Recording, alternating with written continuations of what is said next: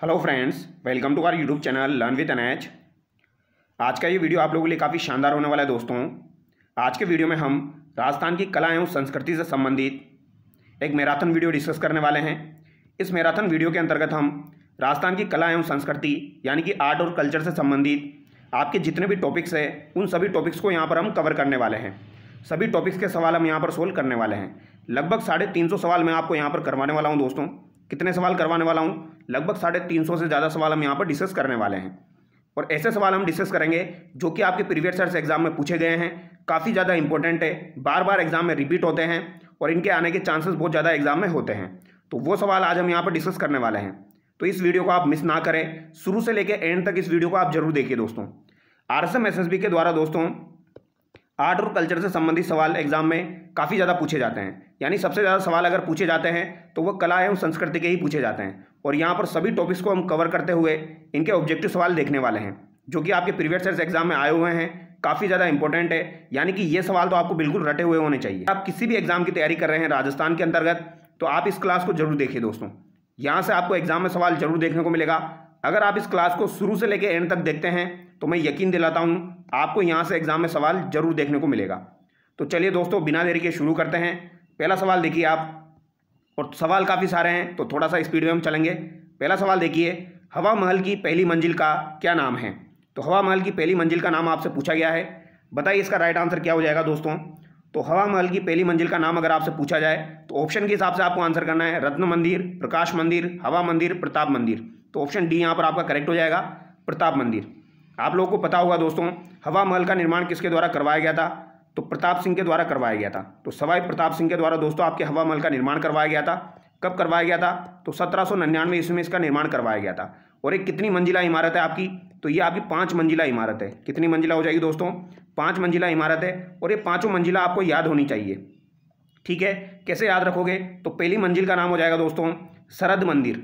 शरद, रत्न, विचित्र, प्रकाश और हवा, ये आपको याद रखना है। शरद को कभी कभी प्रताप भी बोल दिया जाता है, तो यहाँ पर प्रताप मंदिर आपका दिया गया है। तो शरद मंदिर, प्रताप मंदिर, फिर आपका रत्न मंदिर, विचित्र मंदिर, प्रकाश मंदिर, हवा मंदिर। इसको कैसे याद रखोगे? देखो सबसे ऊपर ही ऊपर हवा है, तो हवा के बाद में क्या है? प्रकाश है। थर्ड नंबर पे आपका विचित्र है, यहाँ पर आपका रत्न है और यहाँ पर आपका शरद और प्रताप है। तो ये 5 मंजिला आपको याद होनी चाहिए। अगला सवाल देखिए, हवा महल का वास्तुकार कौन था? तो अगर हवा महल का वास्तुकार आपसे पूछा जाए तो कौन हो जाएगा? लालचंद उस्ता हो जाएगा। ऑप्शन बी यहाँ पर आपका सही हो जाएगा। अगला सवाल देखिए, मुगल, यूरोपीय एवं राजपूत स्थापत्य कला का अद्भुत समन्वय लिए मेहमान नवाजी के लिए निर्मित मुबारक महल स्थित है। तो मुबारक महल आपका कहाँ पर स्थित है दोस्तों? तो ये आपका जयपुर में स्थित है। और मुबारक महल की एक खास बात है, ये मुगल, यूरोपीय और राजपूत स्थापत्य कला का अद्भुत समन्वय है, ठीक है। अगला सवाल देखिए, आमेर महल में दीवाने आम का निर्माण किसने करवाया था? तो आमेर महल में अगर आपसे पूछा जाए दीवाने आम, दीवाने खास जो है दोस्तों, इनका निर्माण किसके द्वारा करवाया गया था? तो ये मिर्जा राजा जयसिंह के द्वारा करवाया गया था। वेरी वेरी इंपॉर्टेंट है। मिर्जा राजा जयसिंह के दरबार में ही बिहारी नामक आपका जो कविता वो रहा करता था, जिसके द्वारा बिहारी सस्सई लिखी गई थी। तो आमेर महल में दीवाने आम और दीवाने खास अगर आपसे पूछा जाए तो इसका निर्माण किसने करवाया? मिर्जा राजा जयसिंह के द्वारा करवाया गया। अगला सवाल देखिए, डीग के महलों का निर्माण किसने करवाया था? तो डीग में जो आपके महल बने हुए हैं दोस्तों, इनका निर्माण किसके द्वारा करवाया गया था? इंपॉर्टेंट सवाल है। तो इसका निर्माण जो है दोस्तों, डीग के महलों का निर्माण ये महाराजा बदन सिंह के द्वारा करवाया गया था। किसके द्वारा करवाया गया? तो याद रखिएगा, डीग में जो आपके महल बने हुए हैं इनका निर्माण बदन सिंह के द्वारा करवाया गया था। लालगढ़ पैलेस का निर्माण किसने करवाया? तो लालगढ़ पैलेस के बारे में अगर आपसे पूछा जाए तो इसका निर्माण किसके द्वारा करवाया गया दोस्तों? तो लालगढ़ पैलेस का निर्माण जो है ये गंगा सिंह के द्वारा करवाया गया था। किसके द्वारा करवाया गया?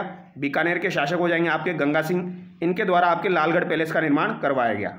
अगला सवाल देखिए, राजस्थान के किन महलों की तुलना विंडसर महलों से की जाती है? तो ये भी इंपॉर्टेंट सवाल है, एग्जाम में पूछा जा चुका है। तो राजस्थान के ऐसे कौन से महल है जिनकी तुलना आपके विंडसर के महलों से की जाती है दोस्तों? तो ये कौन से महल हो जाएंगे? आपके सिटी पैलेस उदयपुर वाले हो जाएंगे। देखो सिटी पैलेस 2 है आपके, एक तो आपका जयपुर में भी है, एक आपका उदयपुर में भी है। लेकिन विंडसर महलों की संख्या जो दी जाती है दोस्तों, ये कौन से महलों को दी जाती है? ये आपके सिटी पैलेस उदयपुर वालों को दी जाती है। अगला सवाल देखिए, बूंदी दुर्ग में रंग विलास नामक चित्रशाला का निर्माण किस शासक के काल में हुआ? तो बूंदी दुर्ग में रंग विलास नामक चित्रशाला का निर्माण जो हुआ था दोस्तों, ये किसके शासनकाल में हुआ? ये आपसे पूछा गया है। तो यहाँ पर पूछा गया है रंग विलास नामक चित्रशाला। तो अगर आपसे पूछा जाए चित्रशाला का निर्माण किसके काल में हुआ? तो चित्रशाला का जो निर्माण हुआ है दोस्तों चित्र जो बनाए जाते हैं ये बड़ी उम्मीद से बनाए जाते हैं, यानी उमेश सिंह के काल में हुआ था। ठीक है, चित्र जो बनाए जाते हैं ये बड़ी उम्मीद से बनाए जाते हैं, यानी कि महाराव उमेश सिंह यहाँ पर आपका राइट आंसर हो जाएगा। ठीक है, और अगर आपसे रंग महल की बात की जाए तो रंग महल का निर्माण जो है ये शत्रुसाल या छत्रसाल के द्वारा करवाया गया था। तो ये दोनों सवाल काफ़ी बार बूंदी के रेस्पेक्ट में पूछे जाते हैं एग्जाम में, जो कि आपको याद रखने हैं।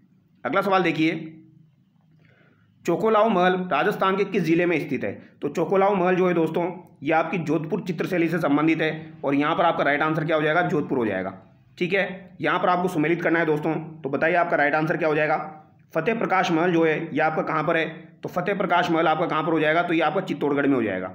सुख महल कहाँ पर हो जाएगा आपका दोस्तों? तो सुख महल आपका बूंदी में हो जाएगा। केसर विलास महल कहाँ पर स्थित है? तो केसर विलास महल जो है ये आपका कहाँ पर हो जाएगा? तो केसर विलास महल आपका कहाँ पर हो जाएगा बताइए दोस्तों? एक आपका किशोरी महल है, तो किशोरी महल भी यहाँ पर दिया गया है। किशोरी महल तो आपका कहाँ पर हो जाएगा? भरतपुर में हो जाएगा। तो केसर विलास महल आपका कहाँ पर है दोस्तों? तो ये आपका सिरोही में स्थित है। तो केसर विलास पैलेस सिरोही में हो जाएगा, फतेह प्रकाश पैलेस चित्तौड़गढ़ में है, सुख महल पैलेस आपका बूंदी में हो जाएगा। तो यहाँ पर राइट आंसर आपका क्या होगा दोस्तों? यहाँ पर राइट आंसर आपका ऑप्शन बी हो जाएगा। अगला सवाल देखिए, स्थापत्य कला से जुड़ी हवेलियों व उनके स्थानों को सुमेलित कीजिए। तो यहाँ पर भी आपको सुमेलित करना है, तो बताइए यहाँ पर राइट आंसर क्या होगा दोस्तों? बागोर हवेली आपकी कहाँ पर स्थित है? तो बागोर की हवेली तो आपकी उदयपुर में स्थित है। ठीक है, नथमल की हवेली आपकी कहाँ पर है? तो नथमल की हवेली आपकी जैसलमेर में है। ठीक है, सालिम सिंह की हवेली आपकी कहाँ पर है दोस्तों? तो सालिम सिंह की जो हवेली है ये भी आपकी कहाँ पर हो जाएगी? तो ये भी आपकी दोस्तों जैसलमेर में हो जाएगी। और लालचंद ठड्डा की हवेली कहाँ पर है? आपकी फलोदी में है। तो यहाँ पर राइट आंसर क्या होगा दोस्तों? जैसलमेर 2 बार यहाँ पर दिया गया है। ठीक है, तो आपको सुमेलित करना है। ए में आपका 2 हो गया, बी में आपका दोस्तों आप इस तरीके से मिला लीजिए, बी में आपका 4 कर लीजिए आप, बी में 4 हो जाएगा, सी में आपका 1 हो जाएगा, इस तरीके से कर लीजिए, दोनों जैसलमेर ही हो जाएंगे आपके। और लालचंद ठड्डा की हवेली जो है ये आपकी फलोदी हो जाएगी। तो यहाँ पर ऑप्शन 3 आपका करेक्ट हो जाएगा। ठीक है, किसी भी तरीके से मिला लीजिए, दोनों जैसलमेर यहाँ पर दिया गया है। नथमल की हवेली भी जैसलमेर में और सालिम सिंह की हवेली भी आपकी जैसलमेर में है। लालचंद ठड्डा की आप याद रखना ये फलोदी में हो जाएगी। अगला सवाल देखिए, भित्ति चित्रण की दृष्टि से कहाँ की हवेलियाँ प्रसिद्ध है? तो भित्ति चित्रण की दृष्टि से कहाँ की हवेली आपकी प्रसिद्ध है? तो शेखावटी की हवेली आपकी प्रसिद्ध है। राजस्थान में प्रसिद्ध सोने चांदी की हवेली कहाँ स्थित है? तो राजस्थान में प्रसिद्ध आपकी सोने चांदी की जो हवेली है ये कहाँ पर स्थित है? तो ये मानसर झुंझुनू में स्थित है। कहाँ पर स्थित है दोस्तों? मानसर झुंझुनू में स्थित है। और ये सवाल 2 से 3 बार एग्जाम में आ चुका है। राजस्थान में दानचंद चोपड़ा की हवेली कहाँ स्थित है? तो राजस्थान में दानचंद चोपड़ा की हवेली अगर आपसे पूछी जाए तो ये कहाँ पर स्थित है? ये आपकी सुजानगढ़ चूरू में स्थित है। तो दानचंद चोपड़ा की हवेली कहाँ पर हो जाएगी? आपकी सुजानगढ़ में हो जाएगी। अगला सवाल देखिए, झाला हवेली किस जिले में स्थित है? तो झाला हवेली अगर आपसे पूछ ली जाए दोस्तों तो ये किस जिले में स्थित है? तो झाला हवेली देख के आप झालावाड़ आंसर मत कर देना। झाला हवेली आपकी कहाँ पर हो जाएगी? कोटा में हो जाएगी। जोधपुर में प्राचीन राजाओं की छत्रियां एवं उद्यान के लिए प्रसिद्ध स्थान का नाम है। तो जोधपुर में जो आपके प्राचीन राजाओं की छत्रियां हैं और उद्यान है उनके लिए प्रसिद्ध स्थान का नाम आपका क्या हो जाएगा दोस्तों? तो ये मंडोर आपका हो जाएगा। क्या हो जाएगा दोस्तों? मंडोर हो जाएगा। अगला सवाल देखिए, यहाँ पर आपको असुमेलित का चयन करना है। किसका चयन करना है? असुमेलित का चयन करना है। मूसी महारानी की छतरी 80 खंभों की छतरी अलवर में हो जाएगी। 84 खंभों की छतरी आपकी बूंदी में हो जाएगी। जसवंतड़ा आपका जोधपुर में हो जाएगा। इसरलाट आपका भरतपुर में ना होकर कहाँ पर होगा दोस्तों? जयपुर में होगा। और जयपुर में इसका निर्माण किसके द्वारा करवाया गया था दोस्तों? तो ईश्वरी सिंह के द्वारा इसका निर्माण करवाया गया था। जब आपका राजमहल का युद्ध हो गया था दोस्तों 1747 का, इसमें आपका ईश्वरी सिंह जीत गया था, तब दोस्तों इसरलाट का निर्माण करवाया गया था जयपुर में। अगला सवाल देखिए, 84 खंभों की छतरी कहाँ स्थित है? तो 84 खंभों की छतरी कहाँ पर हो जाएगी? अभी मैंने आपको बताया बूंदी में हो जाएगी दोस्तों। प्रसिद्ध पर्यटक स्थल जसवंतड़ा आपका कहाँ पर स्थित है? तो जसवंतड़ा आपका कहाँ पर हो जाएगा बताइए? तो जसवंतड़ा आपका जोधपुर में हो जाएगा दोस्तों। और इसका निर्माण किसके द्वारा करवाया गया था? तो सरदार सिंह के द्वारा इसका निर्माण करवाया गया था अपने पिता जसवंत सिंह की याद में। ठीक है, डी यहाँ पर आपका करेक्ट होगा। गोपाल सिंह की छतरी कहाँ स्थित है? तो गोपाल सिंह की छतरी आपकी कहाँ पर स्थित है? ये सवाल आपका पिछली बार रीट के एग्जाम में पूछा गया था। ये आपकी करौली में स्थित है। तो गोपाल सिंह की छतरी आपकी कहाँ पर हो जाएगी दोस्तों? करौली में हो जाएगी। अगला सवाल देखिए, शहर और छतरियाँ यहाँ पर दी गई है, इनको आपको सुमेलित करना है। तो सिंपल सा सवाल है दोस्तों, बताइए इसका राइट आंसर क्या होगा? जयपुर में आपकी गेटोर की छतरियाँ हो जाएगी। ठीक है, जसवंतड़ा मैंने आपको बता दिया जोधपुर में हो जाएगा। छत्र विलास आपका कहाँ पर हो जाएगा? कोटा में हो जाएगा। और बड़ा बाग आप याद रखना दोस्तों, बड़ा बाग की जो छतरियाँ हैं ये कहाँ पर स्थित है आपकी? तो बड़ा बाग की छतरी आपकी जैसलमेर में स्थित है। ठीक है, तो यहाँ पर अगर आप सुमेलित करोगे तो एक बार देख लीजिए, यहाँ पर आपका राइट आंसर क्या हो जाएगा? ऑप्शन सी हो जाएगा। ठीक है, अगला सवाल देखिए, निम्नलिखित में से सुमेलित नहीं है। तो यहाँ पर कौन सा आपका सुमेलित नहीं है? चांद बावड़ी आबानेरी दौसा दिया गया है, बिल्कुल सही है। त्रिमुखी बावड़ी आपका उदयपुर दिया गया है, बिल्कुल सही है दोस्तों। त्रिमुखी बावड़ी का निर्माण राम रस दे के द्वारा करवाया गया था, जो कि राज सिंह की पत्नी थी। नौलखा बावड़ी आपकी डूंगरपुर दी गई है, तो ये भी आपकी सही है। तो यहाँ पर आपके सभी सुमेलित है। अगला सवाल देखिए, डूंगरपुर स्थित नौलखा बावड़ी किसने बनवाई? तो डूंगरपुर में स्थित नौलखा बावड़ी का निर्माण किसके द्वारा करवाया गया था दोस्तों? वेरी वेरी इंपॉर्टेंट सवाल है। तो ये रानी प्रेमल देवी के द्वारा आपका करवाया गया था। किसके द्वारा करवाया गया? प्रेमल देवी के द्वारा आपके नौलखा बावड़ी का निर्माण करवाया गया। और आपसे पूछा जाए नौलखा बावड़ी कहाँ पर है, तो डूंगरपुर में है।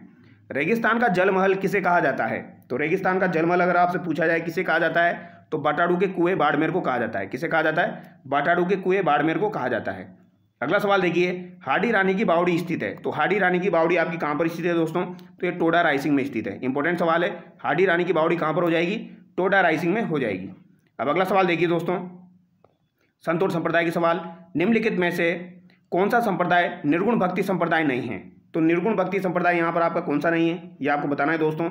दादूपंथी, निरंजनी, जसनाती, रामदासी। तो रामदासी जो है दोस्तों ये आपका निर्गुण भक्ति संप्रदाय नहीं है। ठीक है, ये आपका निर्गुण भक्ति नहीं हो जाएगा, ये सगुण हो जाएगा।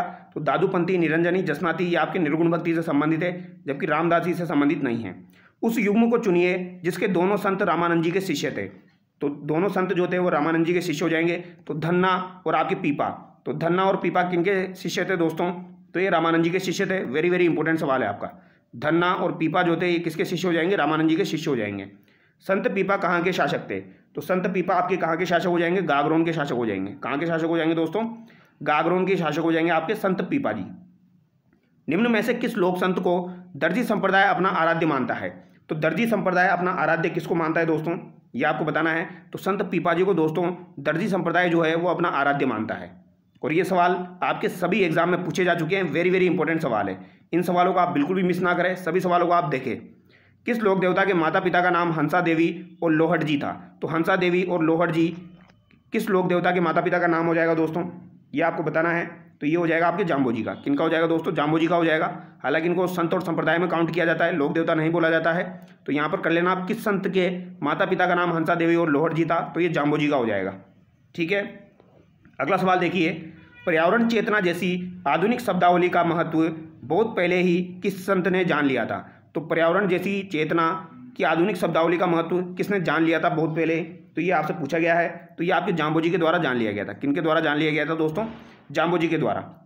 अगला सवाल देखिए, निम्न में से किस संत को उनके चमत्कारों से प्रभावित होकर दिल्ली सुल्तान सिकंदर लोदी ने कत्रियासर के पास भूमि प्रदान की थी? तो कत्रियासर के पास सिकंदर लोदी के द्वारा उनको भूमि प्रदान की गई थी। ये आपके कौन हो जाएंगे? तो संत जसनाथ जी हो जाएंगे। संत जसनाथ जी को दोस्तों सिकंदर लोदी ने प्रभावित होकर कत्रियासर के पास में भूमि प्रदान की थी। तो कत्रियासर देखते आपका आंसर निकल जाएगा जसनाथ जी। कत्रियासर बीकानेर। संत जसनाथ जी के बारे में कौन सा कथन यहाँ पर आपका सही नहीं है? जन्म इनका 1482 ईस्वी में बीकानेर के कत्रियासर में हुआ। कत्रियासर में इन्होंने 12 वर्ष तक साधना की। 1506 ईस्वी में इन्होंने कत्रियासर में समाधि ली। इनके उपदेश सिम्बुधड़ा और आपके कोंडा नामक ग्रंथ में संग्रहित है। तो यहाँ पर कौन सा कथन जो है वो आपका सही नहीं है दोस्तों? तो यहाँ पर बी आपका सही नहीं है। कत्रियासर में इन्होंने 12 वर्ष तक साधना की, ये आपका गलत हो जाएगा।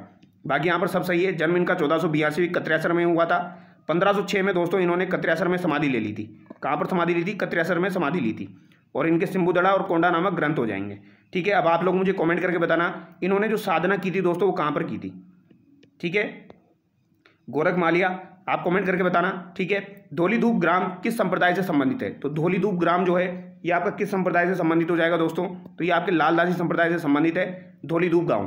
तो धौलीधूप गांव आपसे पूछा जाए तो किससे संबंधित है? ये आपके लालदासी संप्रदाय से संबंधित है। निरंजनी संप्रदाय की स्थापना किसने की थी? तो निरंजनी संप्रदाय की स्थापना किसके द्वारा की गई थी? तो संत हरिदास जी के द्वारा दोस्तों आपके निरंजनी संप्रदाय की स्थापना की गई थी। अगला सवाल देखिए, मंत्र राजप्रकाश किस संत के आध्यात्मिक विचारों का संकलन है? तो मंत्र राजप्रकाश अगर आपसे पूछा जाए किस संत के आध्यात्मिक विचारों का संकलन है दोस्तों, तो क्या आप बता दोगे? क्या आंसर होगा यहाँ पर? तो यहाँ पर आपका राइट आंसर हो जाएगा संत हरिदास। मुगल सम्राट अकबर द्वारा जिस संत को फतेहपुर सीकरी आमंत्रित किया गया था वह कौन थे? तो ये आपके दादू दयाल जी थे दोस्तों। ठीक है, दादू दयाल जी जो थे दोस्तों इनका जन्म तो अहमदाबाद में हुआ था। ठीक है, बाद में ये आपके सांबर जयपुर आ गए थे और यहाँ पर फतेहपुर सीकरी में अकबर के द्वारा इनको इन्वाइट किया गया था दादू दयाल जी को 1585 में। आगे देखिए, जहाँ दादू ने अपना अंतिम समय बिताया उस स्थान का नाम है। तो जहाँ दादू दयाल जी ने अपना अंतिम समय बिताया था उस स्थान का नाम क्या हो जाएगा आपका? नारायणा हो जाएगा। अगला सवाल देखिए, निम्न में से कौन दादू पंथ की शाखाओं में सम्मिलित नहीं है? तो दादू पंथ की शाखाओं में कौन सा आपका सम्मिलित नहीं है दोस्तों? विरक्त आपको देखने को मिलेगा, खाकी देखने को मिल जाएगा, नागा देखने को मिल जाएगा। तो 5 भागों में आपकी दादू पंथ की शाखाएं विभाजित हो गई थी। कहीं कहीं आपको 6 भी लिखा हुआ मिलता है, लेकिन यहाँ पर गोड़ियाँ नहीं थी दोस्तों। सी यहाँ पर आपका करेक्ट होगा। अगला सवाल देखिए, दादू जी के कौन से शिष्य आजीवन दूल्हे के वेश में रहे? तो आजीवन दूल्हे के वेश में कौन रहे थे दोस्तों आपके, बताइए? तो संत रज्जब जी यहाँ पर रहे थे। राजस्थान की राधा किसे कहा जाता है दोस्तों? तो राजस्थान की राधा किसे कहा जाएगा? मीराबाई को कहा जाएगा। और इनका जन्म कहाँ पर हुआ था? तो कुड़की पाली में इनका जन्म हुआ था। अगला सवाल देखिए, हरनावा गांव किस संत से जुड़ा हुआ महत्वपूर्ण स्थल है? तो यहाँ पर पूछा गया आपसे हरनावा। तो हरनावा किससे जुड़ा हुआ महत्वपूर्ण स्थल है दोस्तों? तो हरनावा जो है ये रानाबाई से संबंधित है, ये आप याद रखिएगा। ऑप्शन बी यहाँ पर आपका सही हो जाएगा। ठीक है, रानाबाई इंपॉर्टेंट है, इनका संबंध आपका हरनावा नागौर से हो जाएगा। बेणेश्वर धाम की स्थापना किसने की थी? तो बेणेश्वर धाम की स्थापना दोस्तों किसके द्वारा की गई थी? तो ये संत माऊजी के द्वारा आपके बेणेश्वर धाम की स्थापना की गई थी। ऑप्शन ए यहाँ पर आपका करेक्ट होगा। अगला सवाल देखिए, राम स्नेही संप्रदाय के संस्थापक संत रामचरण जी कहाँ पैदा हुए थे? तो संत रामचरण जी जो है दोस्तों, इनका जन्म कहाँ पर हुआ था? तो इनका जन्म सोडा गांव डिग्गी टोक में हुआ था। तो सोडा गांव टोक में हुआ था, ये आप याद रखिएगा, संत रामचरण जी के जन्म। तो यहाँ पर ये राम स्नेही संप्रदाय की स्थापना इन्होंने की थी दोस्तों, और इनका जन्म कहाँ पर हुआ था? सोडा गांव टोक में हुआ था। अगला सवाल देखिए, राम स्नेही संप्रदाय अपना फुलडोल महोत्सव किस स्थान पर मनाते हैं? तो राम स्नेही संप्रदाय जो है ये अपना फुलडोल महोत्सव किस स्थान पर मनाते हैं? तो ये शाहपुरा भीलवाड़ा में अपना दोस्तों आपके फुलडोल महोत्सव मनाते हैं। भीलवाड़ा शाहपुरा दोनों ऑप्शन में हो तो शाहपुरा आपको आंसर करना है। निम्न में से कौन सा सही सुमेलित नहीं है? तो यहाँ पर कौन सा आपका सही सुमेलित नहीं है? विष्णुई संप्रदाय मुकाम तालवा दिया गया है, जसनाती संप्रदाय कत्रियासर दिया गया है, राम स्नेही संप्रदाय बनेड़ा है, लालदासी संप्रदाय धोरी दूब है। तो देखिए भैया, लालदासी बिल्कुल सही दिया गया है, जसनाती आपका कत्रियासर बीकानेर बिल्कुल सही है, और विष्णुई संप्रदाय का आपका दोस्तों मुकाम तालवा जो है ये इनसे संबंधित है, ये भी आपका बिल्कुल सही दिया गया है। ठीक है, और मुकाम तालवा जो है इंडिविजुअल भी काफ़ी बार एग्जाम में पूछा जाता है। राम स्नेही संप्रदाय यहाँ पर बनेड़ा दिया गया, जो कि गलत हो जाएगा दोस्तों। ठीक है, राजस्थान का 13पंथी संप्रदाय निम्नलिखित में से किससे संबंधित है? तो 13पंथी संप्रदाय जो है दोस्तों ये आपका किससे संबंधित हो जाएगा, ये आपको बताना है। तो 13पंथी संप्रदाय जो है ये आपका जैन धर्म से संबंधित है। किससे संबंधित है दोस्तों? ये आपका जैन धर्म से संबंधित हो जाएगा। ठीक है, इसके जो थे भीखंड जी जो थे इसके प्रवर्तक थे, और ये आपका जैन धर्म से संबंधित है 13पंथी संप्रदाय। अगला सवाल देखिए, सांगल्या धूणी सीकर किस संप्रदाय का प्रमुख केंद्र है?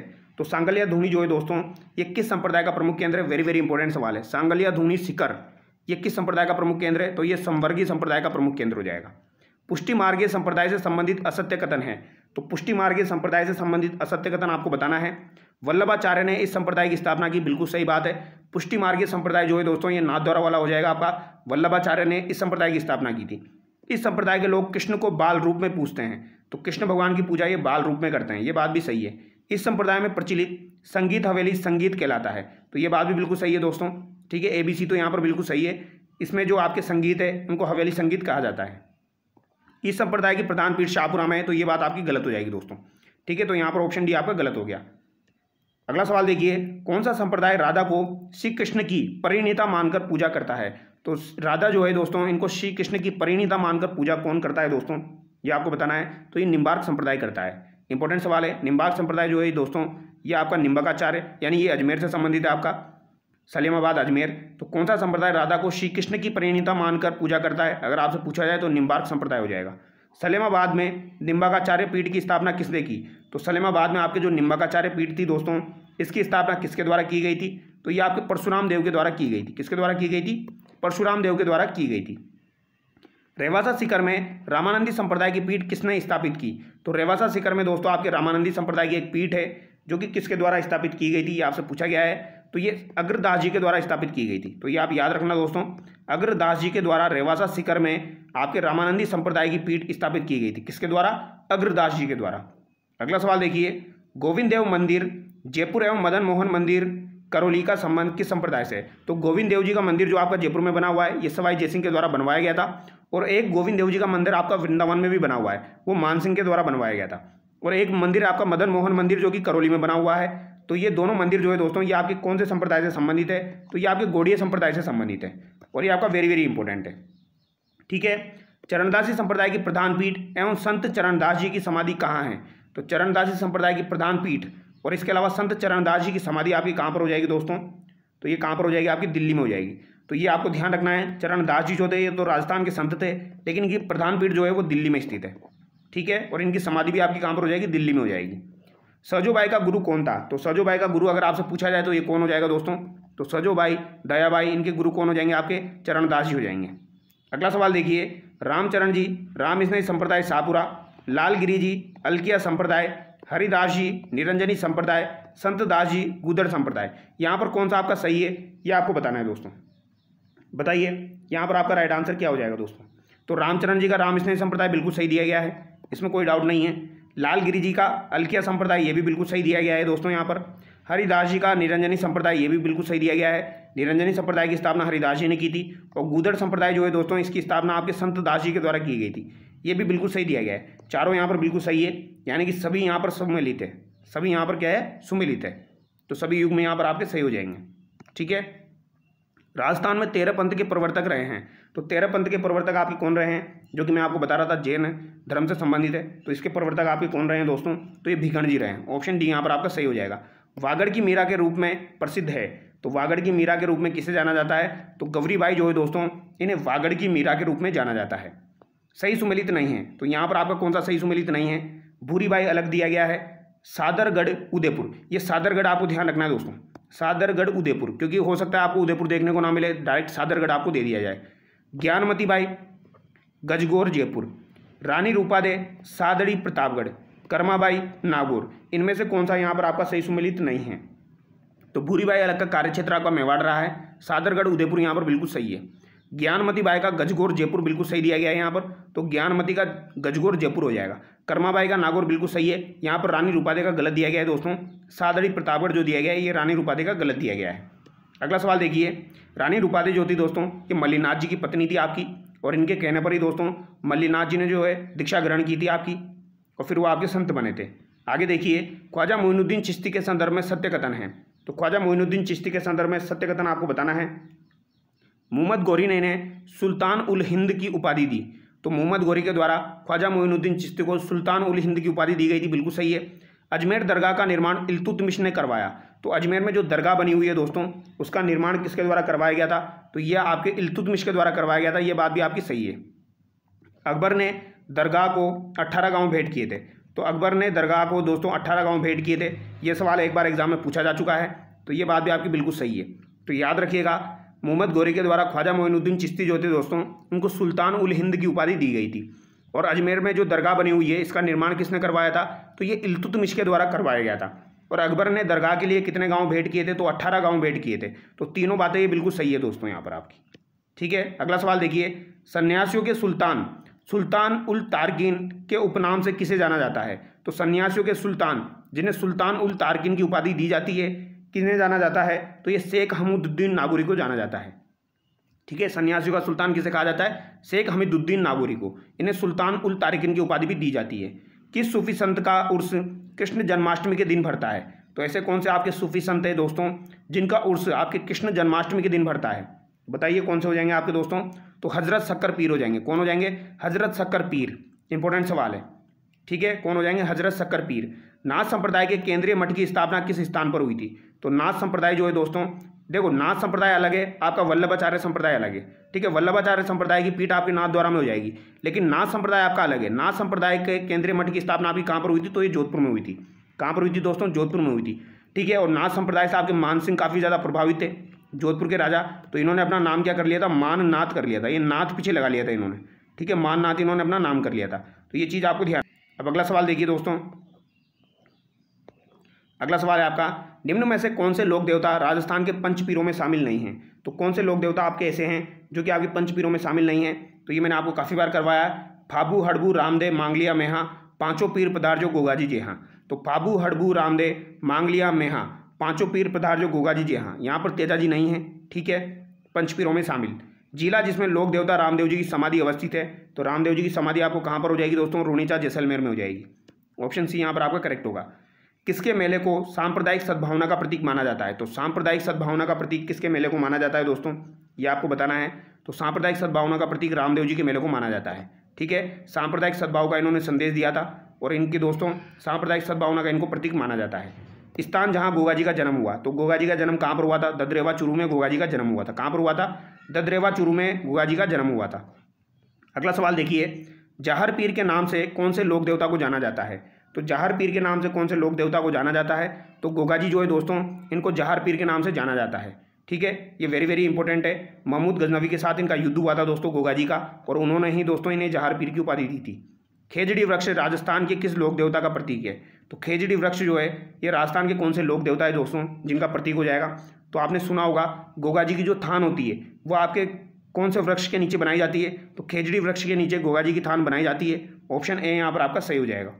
अगला सवाल देखिए, निम्न में से किस लोक देवता से चांदोजी, डेमाजी, हरमलजी, रायका, सलजी सोलंकी संबंधित है? तो एक बार एग्जाम में पूछा गया था चांदोजी और डामोजी, देखे बस ये दो नाम दिए गए थे और आपसे पूछा गया था चांदोजी और डामोजी का संबंध जो है दोस्तों ये कौन से लोक देवता से हैं? तो ये किसके मित्र थे दोस्तों? तो ये फाबू जी के मित्र थे, ये आप याद रखना। चांदोजी, डेमाजी, हरमलजी, रायका और सलजी सोलंकी। तो हरमलजी, रायका, सलजी सोलंकी, चांदोजी, डेमाजी, ये किसके आपके दोस्त थे, किसके फ्रेंड थे, किसके सहयोगी थे? तो ये फाबू जी के सहयोगी थे।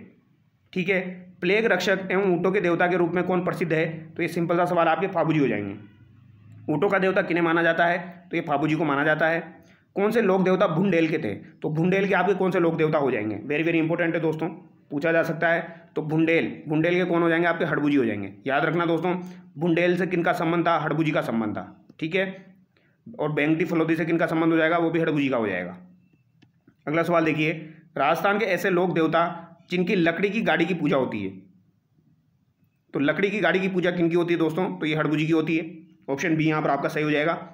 राव जोधा जोधा, उनको एक कटार भेंट की थी हड़बूजी ने, ये आप याद रखिएगा। तो राव जोधा को एक कटार किसने भेंट की थी? हड़बूजी ने भेंट की थी। फिर उसने मंडोर विजिट किया था। ठीक है, तो हड़बूजी के आशीर्वाद से ये सब हुआ था।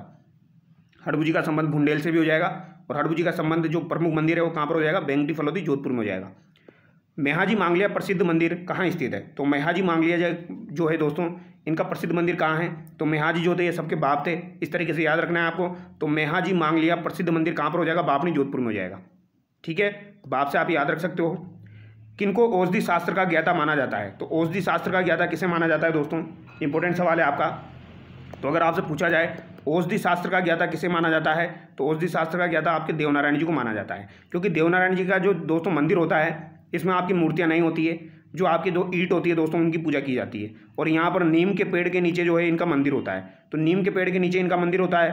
तो नीम क्या है? एक औषधि टाइप ही है। तो औषधि शास्त्र का ज्ञाता किन्हें माना जाता है? देवनारायण जी को माना जाता है। इस तरीके से आपको याद रखना है। अगला सवाल देखिए, देवनारायण जी के भजन गाने हेतु किस वाद्य यंत्र का प्रयोग किया जाता है? तो जब भी आपको देवनारायण जी के भजन गाने हो दोस्तों तो किस वाद्य यंत्र को आप प्रयोग में लेंगे? तो कौन सा वाद्य यंत्र यूज में लिया जाता है? तो जंतर वाद्य यंत्र आपको यूज में लिया जाता है। और देवनारायण जी की फड़ के ऊपर दोस्तों 2011 में डाक टिकट भी जारी हो चुका है। इनकी फड़ के ऊपर 2011 में डाक टिकट भी जारी हो चुका है। जंतर वाद्य यंत्र से इनकी फड़ का वाचन किया जाता है, और रावण हत्ता वाद्य यंत्र से फाबू जी के फड़ का वाचन किया जाता है। दोनों बातें अलग अलग है। और एक आपका आता है माठ वाद्य यंत्र। तो फाबू जी के फव्वाड़े जो है दोस्तों, फाबू जी के फव्वाड़े जो हैं वो आपके माठ वाद्य यंत्र के साथ गाए जाते हैं, जबकि उनकी फड़ जो है वो रावण हत्ता वाद्य यंत्र के साथ गाई जाती है। तो ये तीनों बातें काफ़ी बार एग्जाम में पूछी जाती हैं। अगला सवाल देखिए, किस लोक देवता की पत्नी उनकी मृत्यु के बाद सती हो गई? तो उनकी मृत्यु के बाद सती हो गई थी, कौन से लोक देवता की पत्नी सती हो गई थी? तो ये तेजाजी की पत्नी सती हो गई थी। ये सवाल मैंने आपको कल टेलीग्राम पर अपलोड किया था, तो उसमें एक्सप्लेनेशन दिया था दोस्तों। ठीक है, तेजाजी यहाँ पर आपका राइट आंसर होगा। तेजाजी की पत्नी जो थी इनकी मृत्यु के बाद दोस्तों सती हो गई थी। आपको याद होगा 1073 ईस्वी में दोस्तों आपके, चलो इसको रहने दीजिए आप अभी, तेजाजी यहाँ पर आपका राइट आंसर हो जाएगा। अगला सवाल देखिए, क्वेश्चन नंबर 16, परबतसर का मेला किस लोक देवता की स्मृति में आयोजित किया जाता है? तो परबतसर का मेला जो है दोस्तों ये किस लोक देवता की स्मृति में आयोजित किया जाता है, ये आपको बताना है दोस्तों, बताइए। तो तेजाजी की स्मृति में आपका परबतसर नागौर में मेला लगता है। चार हाथों वाले देवता के रूप में कौन प्रसिद्ध है? तो चार हाथों वाले देवता के रूप में आपके कौन प्रसिद्ध है? तो कल्लाजी जो है दोस्तों ये आपके चार हाथों वाले देवता के रूप में प्रसिद्ध है। 1568 में जब अकबर के द्वारा दोस्तों चित्तौड़ पर आक्रमण किया गया था, तब आपके जो चार हाथों वाले देवता है यानी कल्लाजी जो है दोस्तों इन्होंने यहाँ पर युद्ध लड़ा था, और इनके ऊपर जयमल फत्ता को बिठा लिया था, क्योंकि उनका पैर घायल हो गया था। तो जयमल जो था वो ऊपर बैठ गया था और कल्लाजी नीचे थे। तो जयमल और फत्ता यानी दो हाथ उनके दो हाथ इनके, तो इसीलिए इन्हें चार हाथों वाले देवता कहा जाता है। ठीक है, और ये बात कब की हो जाएगी? 1568 की हो जाएगी, जिस समय कौन शासक थे? महाराणा प्रताप के पिता उदय सिंह शासक थे। अगला सवाल देखिए, कल्लाजी का आदि स्थान कहाँ स्थित है? तो कल्लाजी का जो आदि स्थान है ये आपका कहाँ पर स्थित है दोस्तों? तो रुंडेला। तो इनका संबंध कहाँ से हो जाएगा? रुंडेला से हो जाएगा दोस्तों। तो कल्लाजी का अगर आदि स्थान आपसे पूछा जाए तो ये कहाँ पर हो जाएगा? आपका रुंडेला में हो जाएगा। रेड्डी गांव बीकानेर किस लोक देवता का जन्म स्थल है? तो रिड्डी गांव बीकानेर जो है दोस्तों ये किस लोक देवता का आपका जन्म स्थल हो जाएगा? तो रिड्डी गांव बीकानेर जो है दोस्तों ये बीगाजी से संबंधित है। किससे संबंधित है? बीगाजी से संबंधित है। तो बीगाजी का जन्म कहाँ पर हुआ था? तो रिड्डी गांव बीकानेर में हुआ था। भूरिया बाबा किन के आराध्य देवता है? तो अगर आपसे पूछा जाए भूरिया बाबा जो है दोस्तों ये किन के आराध्य देवता है? तो गोडवाड़ के मीणाओं के आराध्य देवता कौन हो जाएंगे? भूरिया बाबा हो जाएंगे। ठीक है, महत्वपूर्ण सवाल है।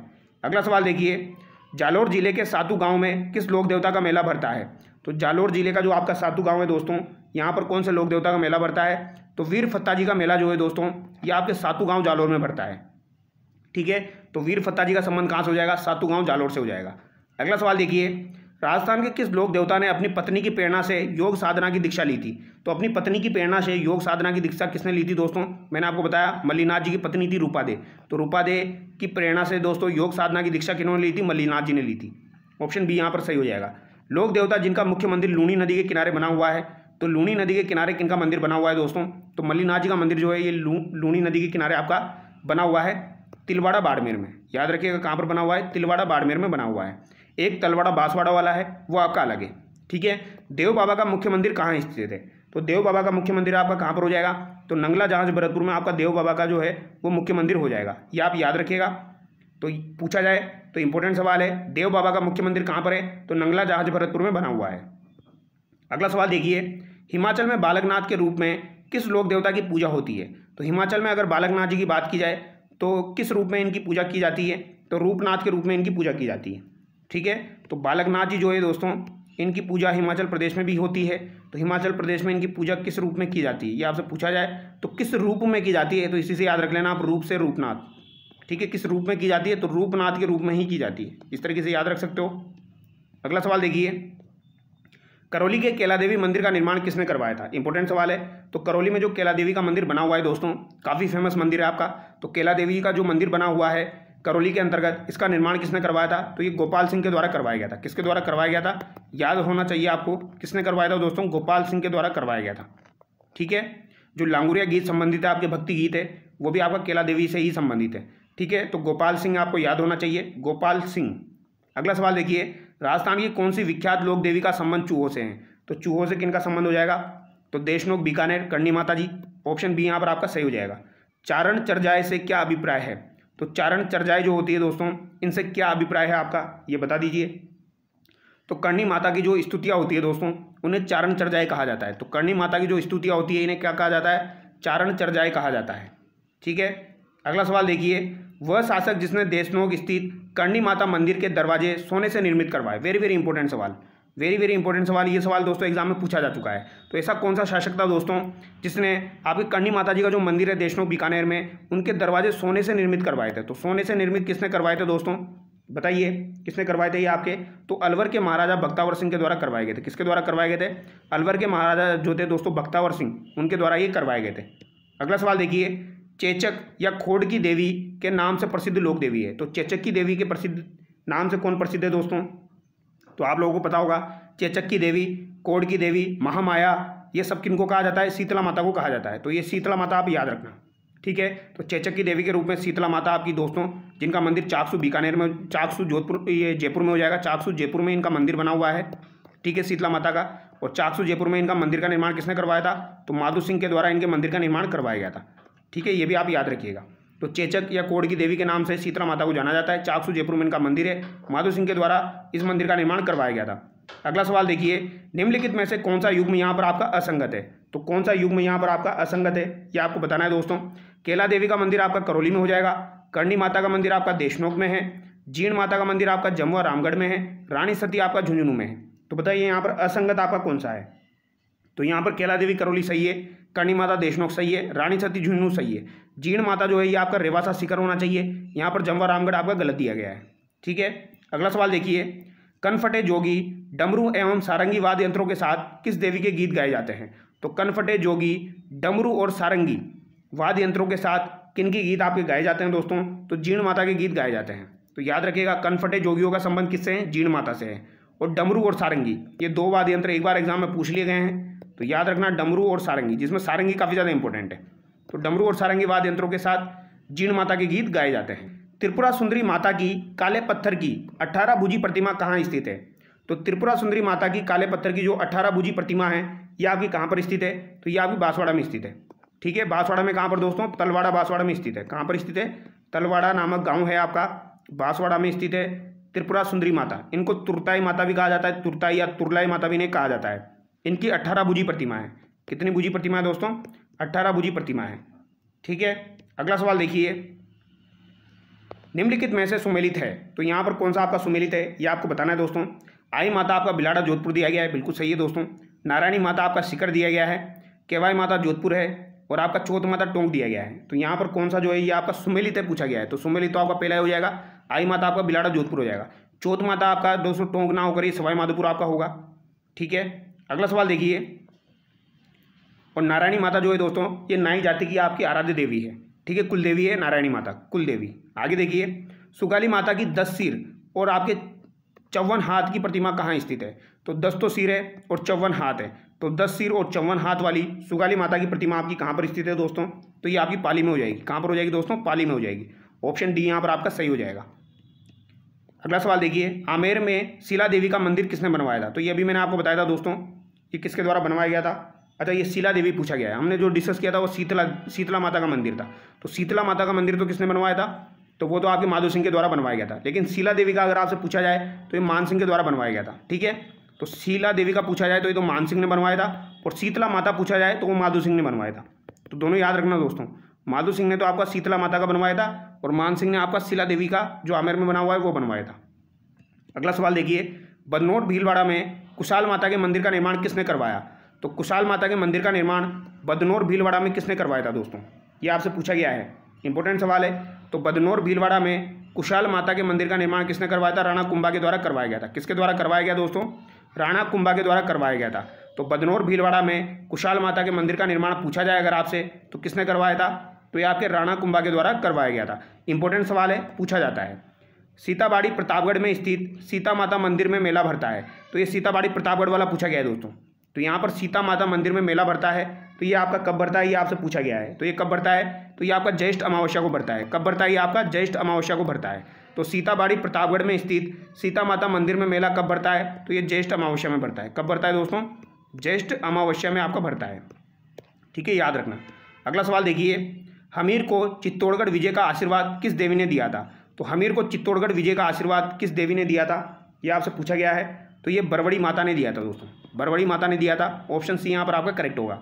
ठीक है, इंपॉर्टेंट सवाल है। तो हमीर को चित्तौड़गढ़ विजय का आशीर्वाद जो है वो किसने दिया था? तो सिसोदिया वंश की शाखा की स्थापना हमीर के द्वारा ही की गई थी। और किसके आशीर्वाद से की गई थी? तो बरवड़ी माता, आप याद रखना दोस्तों, बरवड़ी भी बोला जाता है, बरवड़ी माता। ठीक है, बरवड़ी माता के आशीर्वाद से इन्होंने चित्तौड़गढ़ पर विजय प्राप्त की थी। अगला सवाल देखिए, निम्न में से कौन सा आपका सुमेलित नहीं है? तो कौन सा यहाँ पर आपका सुमेलित नहीं है?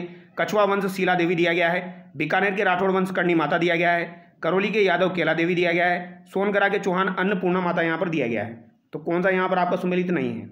तो कछुआ वंश शीला देवी सही है, बीकानेर के राठौड़ वंश की आपकी कुल देवी करणी माता सही है, करौली के यादव वंश की कुल देवी केला देवी सही है, लेकिन सोनगरा के चौहानों की अन्नपूर्णा जो दिया गया है ये यहाँ पर आपका गलत हो जाएगा। ठीक है, अगला सवाल देखिए, लोक देवी स्थान में से सुमेलित नहीं है। तो लोक देवी और स्थान में से आपका कौन सा सुमेलित नहीं है दोस्तों, ये आपको बताना है। शीला देवी आमेर दिया गया है, सही है। शीतला माता चाकसू दिया गया है, सही है। दधिमती माता का मंदिर गोट मांगलोद नागौर में हो जाएगा, ये भी सही है। आई माता दोस्तों ये आपका बिलाड़ा जोधपुर हम डिस्कस कर चुके हैं, तो यहाँ पर ओशिया नहीं होगा, यहाँ पर बिलाड़ा जोधपुर होगा। ओशिया में आपका सचिया माता का हो जाएगा। कौन सा यहाँ पर सही सुमेलित नहीं है? तो बताइए कौन सा सही सुमेलित नहीं है? इडाना माता आपकी उदयपुर दिया गया है, घेवर माता जो है ये राजसमंद है, बरवड़ी माता अभी हमने डिस्कस किया चित्तौड़गढ़, आमजा माता जयपुर दिया गया है। तो इडाना माता उदयपुर सही है, घेवर माता राजसमंद सही है, बरवड़ी माता चित्तौड़गढ़ सही है, आमजा माता उदयपुर जयपुर जो दिया गया है ये गलत हो जाएगा दोस्तों। ठीक है, अगला सवाल देखिए, इंपॉर्टेंट सवाल है दोस्तों सारे आपके। देखिए अगला सवाल, भारत में शक संवत को राष्ट्रीय पंचांग के रूप में कब अपनाया गया? तो शक संवत जो था दोस्तों इसको राष्ट्रीय पंचांग के रूप में कब अपनाया गया? ये सवाल आपसे पूछा जा सकता है, महत्वपूर्ण सवाल है। तो याद रखिएगा जो आपका शक संवत चलता है दोस्तों इसको राष्ट्रीय पंचांग के रूप में कब अपनाया गया था? तो मार्च 1957 में अपनाया गया था। कब अपनाया गया था दोस्तों? एटलीस्ट 1957 तो याद रखना, मार्च 1957 में अपनाया गया था राष्ट्रीय पंचांग के रूप में शक संवत को। वर्ष प्रतिप्रदा मनाया जाता है, तो वर्ष प्रतिप्रदा कब मनाया जाता है दोस्तों? तो ये चैत्र शुक्ल पक्ष की एकम को मनाया जाता है, कृष्ण नहीं होगा, याद रखना दोस्तों, चैत्र शुक्ल पक्ष की एकम को मनाया जाता है आपका वर्ष प्रतिप्रदा। अगला सवाल देखिए, राजस्थान में त्योहारों की शुरुआत श्रावणी तीज से होती है और अंत कहाँ से होता है? तो शुरुआत तो श्रावणी तीज से होती है और अंत कहाँ से होता है दोस्तों आपका? तो सिंपल सा सवाल है, गणगौर से हो जाएगा। नेवलों की पूजा किस दिन की जाती है? तो निडरी नवमी को आपके नेवलों की पूजा की जाती है। ऑप्शन बी यहाँ पर आपका सही हो जाएगा। अगला सवाल देखिए, अब आप लोग मुझे कमेंट करके बताना दोस्तों, निडरी नवमी जो है ये आपकी कब मनाई जाती है? ठीक है, निडरी नवमी आपकी कब मनाई जाती है ये आप मुझे कमेंट करके बताना। ठीक है, एक सवाल आप सब लोगों के लिए। अगला सवाल देखिए, निम्न में से कौन सा त्यौहार श्रावण के महीने में नहीं आता है? तो श्रावण के महीने में आपका कौन सा त्यौहार नहीं आता है? तो जन्माष्टमी जो है ये आपके भाद्रपद कृष्ण पक्ष की अष्टमी को आती है दोस्तों। तो नागपंचमी, रक्षाबंधन और आपका तीज, ये तीनों आपके श्रावण के महीने में आते हैं। ठीक है, जबकि जन्माष्टमी भाद्रपद कृष्ण पक्ष की अष्टमी को आती है। तो यहाँ पर डी आपका करेक्ट होगा। अगला सवाल देखिए, राजस्थान में डैश डैश डैश का कजली तीज का त्यौहार एवं मेला है। तो कजली तीज का त्यौहार एवं मेला है, तो ये आपको बताना है दोस्तों, बताइए। तो यहाँ पर जयपुर तो ऑप्शन में है ही नहीं, कंफ्यूज होने की जरूरत ही नहीं है। और कजली तीज बोला गया है, कजली तीज का मतलब क्या हो जाएगा आपका? बड़ी तीज या बूढ़ी तीज हो जाएगा, जिसे सातुड़ी तीज भी कहा जाता है। तो बड़ी तीज या बूढ़ी तीज कहाँ पर मनाई जाती है? आपकी बूंदी में मनाई जाती है। तो कजली तीज आप याद रखना, कजली तीज का मेला जो है ये आपका कहाँ पर लगता है? बूंदी में लगता है, और ये भाद्रपद कृष्ण पक्ष की तृतीया को लगता है। ठीक है, जबकि श्रावण शुक्ल पक्ष की तृतीया को आपकी छोटी तीज होती है, और वो मेला आपका जयपुर में लगता है। आगे देखिए, ढोल ग्यारस एकादशी पर किस देवता देवी की सवारी निकाली जाती है? तो ढोल ग्यारस जो होती है दोस्तों, उस दिन आपकी किस लोक देवता या लोक देवी की सवारी निकाली जाती है? तो ढोल ग्यारस एकादशी पर आपके ठाकुर जी यानी विष्णु जी की सवारी निकाली जाती है। ठीक है, तो ढोल ग्यारस पर आपके ठाकुर जी और विष्णु जी की सवारी निकाली जाती है। बर्तन खरीदने की परंपरा किस त्यौहार पर है? तो बर्तन खरीदने की जो परंपरा है दोस्तों, ये आपकी किस त्यौहार पर है? तो धनतेरस के दिन बर्तन खरीदे जाते हैं। सरस्वती माँ का पूजन जो है ये किस त्यौहार को किया जाता है? वेरी वेरी इंपॉर्टेंट है। तो सरस्वती माँ का जो पूजन है ये कब किया जाता है? बसंत पंचमी के दिन किया जाता है। ठीक है, कब किया जाता है? बसंत पंचमी के दिन किया जाता है। अजमेर जिले का कौन सा स्थान कोडामार होली उत्सव हेतु प्रसिद्ध है? तो कोडामार होली के लिए कौन सा स्थान प्रसिद्ध है दोस्तों आपका? तो कोडामार होली के लिए आपका कौन सा स्थान प्रसिद्ध है? बिनाई प्रसिद्ध है। ठीक है, और लट्ठमार होली के लिए कौन सा प्रसिद्ध है? तो लट्ठमार होली के लिए आपको कहाँ जाना पड़ेगा भैया? करौली में जाना पड़ेगा। ठीक है, तो यहाँ पर आपका ए सही हो जाएगा, बिनाई। कोडामार होली के लिए आपका बिनाई प्रसिद्ध है। अगला सवाल देखिए, मारवाड़ क्षेत्र का लोकप्रिय त्यौहार गुडला मनाया जाता है। तो लोकप्रिय त्यौहार जो है गुडला ये आपका मनाया जाता है, क्या आप बताइए? अच्छा, लठमार होली महावीर जी करौली की प्रसिद्ध है, वो याद रखना। मारवाड़ क्षेत्र का लोकप्रिय त्यौहार गुडला मनाया जाता है। तो गुडला कब मनाया जाएगा? जो चैत्र कृष्ण पक्ष की अष्टमी से चैत्र शुक्ल पक्ष की तृतीया तक ये चलता है दोस्तों। ठीक है, कृष्ण पक्ष की अष्टमी से लेके ये आपका शुक्ल पक्ष की तृतीया तक चलेगा। तो ये आपको याद रखना है, गुडला त्यौहार। अगला सवाल देखिए, वैशाख कृष्ण तृतीया के दिन ढिंगा गणगौर किस महाराणा के शासनकाल में शुरू हुई? तो वैशाख कृष्ण तृतीया, ये याद रखना आप, वैशाख कृष्ण तृतीया जो है दोस्तों, इस दिन आपकी ढिंगा गणगौर किस महाराणा के शासनकाल में शुरू हुई थी? तो ये सवाल आपसे पूछा जा सकता है। तो ये उदयपुर की बात की जाए तो ये राज सिंह के शासनकाल में शुरू हुई थी। किसके शासनकाल में शुरू हुई थी दोस्तों? राज सिंह के शासनकाल में आपकी ढिंगा गणगौर शुरू हुई थी वैशाख कृष्ण तृतीया के दिन। सर्वाधिक गीतों का त्यौहार कौन सा होता है? तो सर्वाधिक गीतों का त्यौहार जो है दोस्तों ये गणगौर होता है। कौन सा होता है? गणगौर होता है सर्वाधिक गीतों का त्यौहार। बीना ईसर की गवर कहाँ पूजी जाती है? तो बीना ईसर की गवर अगर आपसे पूछी जाए कहाँ पर पूजी जाती है, तो बीना ईसर की गवर आपकी जैसलमेर में पूजी जाती है। कहाँ पर पूजी जाएगी? जैसलमेर में आपकी बीना ईसर की गवर पूजी जाती है। गणगौर के अवसर पर होली की राख से बने केक यानी पिंडिया की के अंकुरों के साथ पूजा की जाती है। तो गणगौर के अवसर पर होली की राख से जो बने पिंडिया होती है उनकी किनके बीजों के अंकुरों के साथ पूजा की जाती है? ये आपसे पूछा गया है। वेरी वेरी इंपॉर्टेंट सवाल है। ये सवाल दोस्तों RSM SSB के द्वारा पूछा जा चुका है। ठीक है, वैसे सभी सवाल जो मैं आपको करवा रहा हूँ ये सभी सवाल एग्जाम में आ चुके हैं। तो यहाँ पर जो आपका राइट आंसर हो जाएगा, तो ये याद रखना है दोस्तों आपको, जो आपको याद रखना है। ठीक है, चावल तो वैसे भी यहाँ पर नहीं होगा, मकई यहाँ पर नहीं होगा, ठीक है, बाजरा भी नहीं होगा, जो यहाँ पर आपका राइट आंसर होगा। तो याद रखना है, गणगौर के अवसर पर जब होली की राख के पिंड बनाए जाते हैं तो किनके बीजों के अंकुरों के साथ पूजा की जाती है? तो जो के अंकुरों के साथ पूजा की जाती है। अगला सवाल देखिए, गौतम बुद्ध की जयंती कब मनाते हैं? तो गौतम बुद्ध जो है दोस्तों इनकी जयंती कब मनाई जाती है? तो इनकी जयंती आपकी वैशाख पूर्णिमा को मनाई जाती है। कब मनाई जाती है? वैशाख पूर्णिमा को मनाई जाती है। मुहर्रम का त्यौहार मुहर्रम माह की कौन सी तारीख को मनाया जाता है? तो मुहर्रम का त्यौहार जो है ये मुहर्रम माह की आपकी 10वीं तारीख को मनाया जाता है। कब मनाया जाता है? 10वीं तारीख को आपका मनाया जाता है मुहर्रम महीने की। ठीक है, जैन समुदाय द्वारा पर्युषण पर्व जो है ये जिस माह में मनाया जाता है? तो पर्युषण पर्व आपका जैन संप्रदाय का पर्व है, काफ़ी इंपॉर्टेंट है। और ये कब मनाया जाता है? तो ये आपके भाद्रपद के महीने में मनाया जाता है। कब मनाया जाता है दोस्तों? ये आपके भाद्रपद के महीने में मनाया जाता है। अगला सवाल देखिए, महावीर जयंती कब मनाई जाती है? तो महावीर जयंती आपकी इंपॉर्टेंट है दोस्तों। महावीर जयंती आपकी चैत्र माह में मनाई जाती है। कब मनाई जाती है? महावीर जयंती आपकी चैत्र माह में मनाई जाती है और वैशाख पूर्णिमा को दोस्तों आपका क्या होता है, जो कि मैं आपको बता चुका हूँ, गौतम बुद्ध की जयंती होती है। और महावीर जयंती आपकी चैत्र माह में हो जाएगी। ईस्टर के त्यौहार के पीछे ईसाइयों की भावना क्या है, तो ईस्टर के त्यौहार के पीछे ईसाइयों की क्या भावना है, इस दिन क्या हुआ था दोस्तों, ईसा जो है ये आपके पुनर्जीवित हुए थे। तो ईसा जो है इस दिन आपके पुनर्जीवित हुए थे, तो ईस्टर का त्यौहार इसीलिए आपका मनाया जाता है। ऑप्शन डी यहाँ पर आपका सही हो जाएगा। अगला सवाल देखिए दोस्तों, कैला देवी का मेला लगता है। तो कैला देवी का जो मेला है दोस्तों ये आपका कहाँ पर लगता है, ये आपको बताना है। इंपॉर्टेंट सवाल है आपका, ठीक है। सॉरी, कब लगता है, तो कैला देवी का मेला तो आपका करौली में लगता ही है, काली सील नदी के किनारे। अब यहाँ पर आपको ये बताना है दोस्तों कब लगता है, तो ये आपका चैत्र शुक्ल पक्ष में लगता है। कब लगता है, चैत्र शुक्ल पक्ष में लगता है। देखो दो चीज़ें याद रखना दोस्तों, एक बार आपको क्लियर कर देता हूँ। एक तो देखो चैत्र महीना जो है इसकी एक तो आपकी होती है कृष्ण पक्ष की अष्टमी, और एक होती है आपकी शुक्ल पक्ष की अष्टमी, ठीक है। तो कृष्ण पक्ष में तो आपका क आ रहा है, तो यानी कि यहाँ पर आपका आ जाएगा शीतला माता का मेला, ठीक है, यानी कि यहाँ पर क नहीं आएगा आपका। और शुक्ल में यहाँ पर आपका स आ रहा है, तो यहाँ पर स नहीं आएगा, यहाँ पर आपका क आ जाएगा, यानी कैला देवी। तो ये दोनों चीज़ें आप रिलेट करके याद कर सकते हो अगर याद करना चाहो तो। जो चैत्र शुक्ल पक्ष की अष्टमी को आपको कैला देवी का मेला लगता है, और चैत्र कृष्ण पक्ष की अष्टमी को आपका शीतला माता का मेला लगता है। ये दोनों चीज़ें आप याद रख सकते हो, तो इनको याद रखना आपको, ठीक है।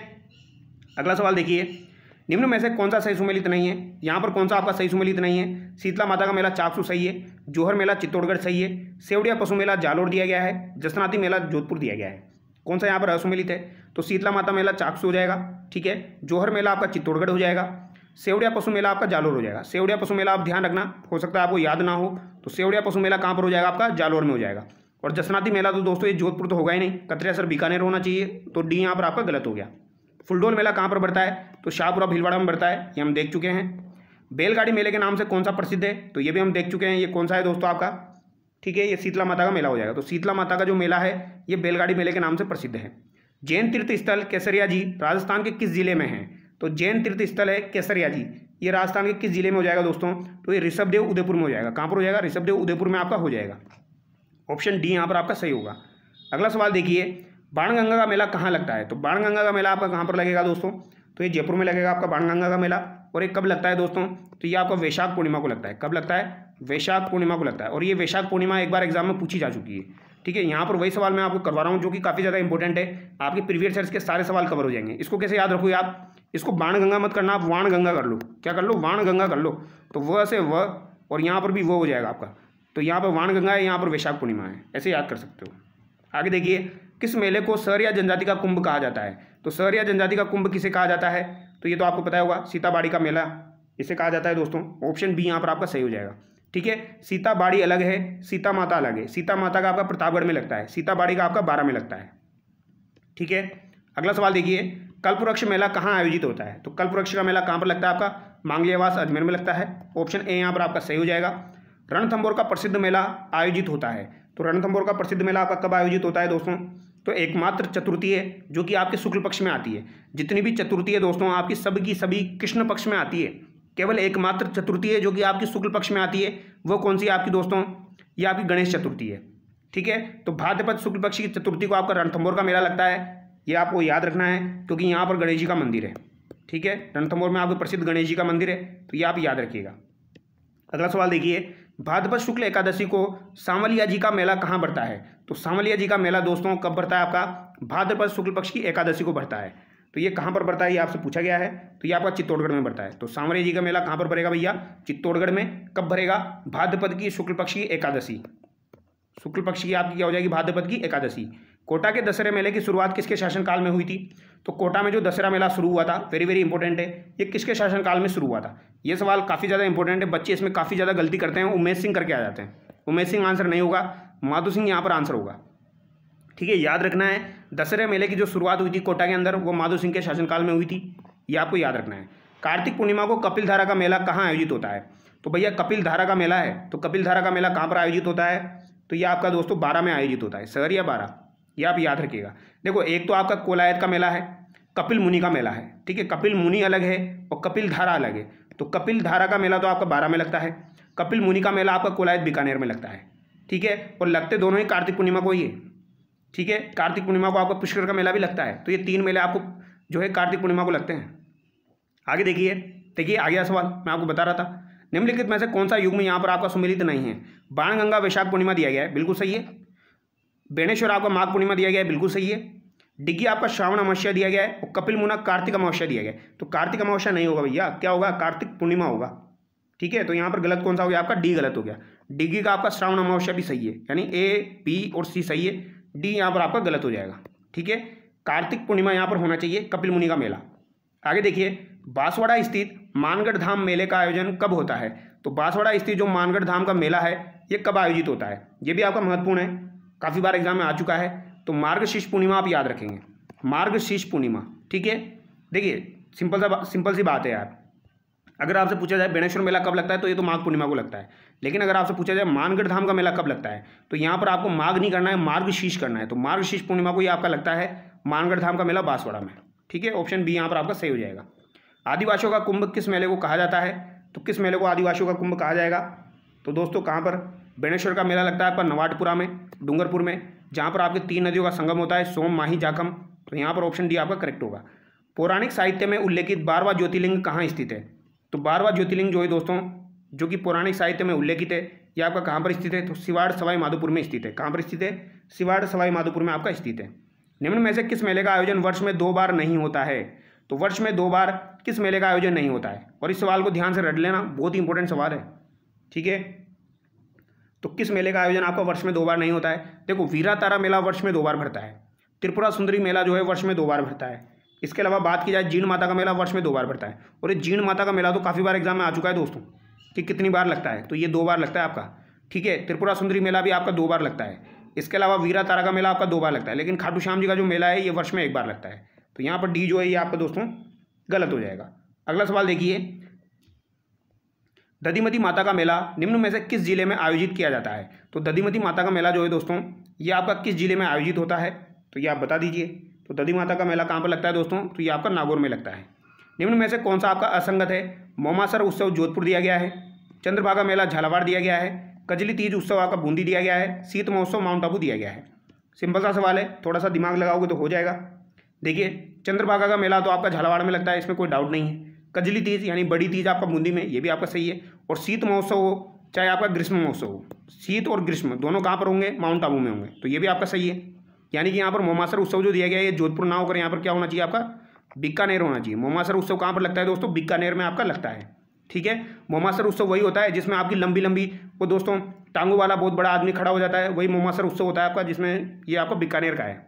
ठीक है, निम्न में से कौन सा यहाँ पर सही सुमेलित नहीं है। तो यहाँ पर कौन सा आपका सही सुमेलित नहीं है ये आपको बताना है दोस्तों, बताइए। पतंग महोत्सव जयपुर में, मत्स्य उत्सव अलवर में, रणकपुर महोत्सव यहाँ पर सिरोही नहीं होगा। ठीक है, शीत महोत्सव माउंट आबू में, तो रणकपुर महोत्सव यहाँ पर सिरोही नहीं होगा। ठीक है, रणकपुर के मंदिर कहाँ पर है आपके, देलवाड़ा ये आपके कहाँ पर है, देलवाड़ा सिरोही में है। जैन मंदिर है आपके, देलवाड़ा जैन मंदिर वो सिरोही में है, लेकिन आपका रणकपुर का मंदिर कहाँ पर है, पाली में है, वो आप याद रखना।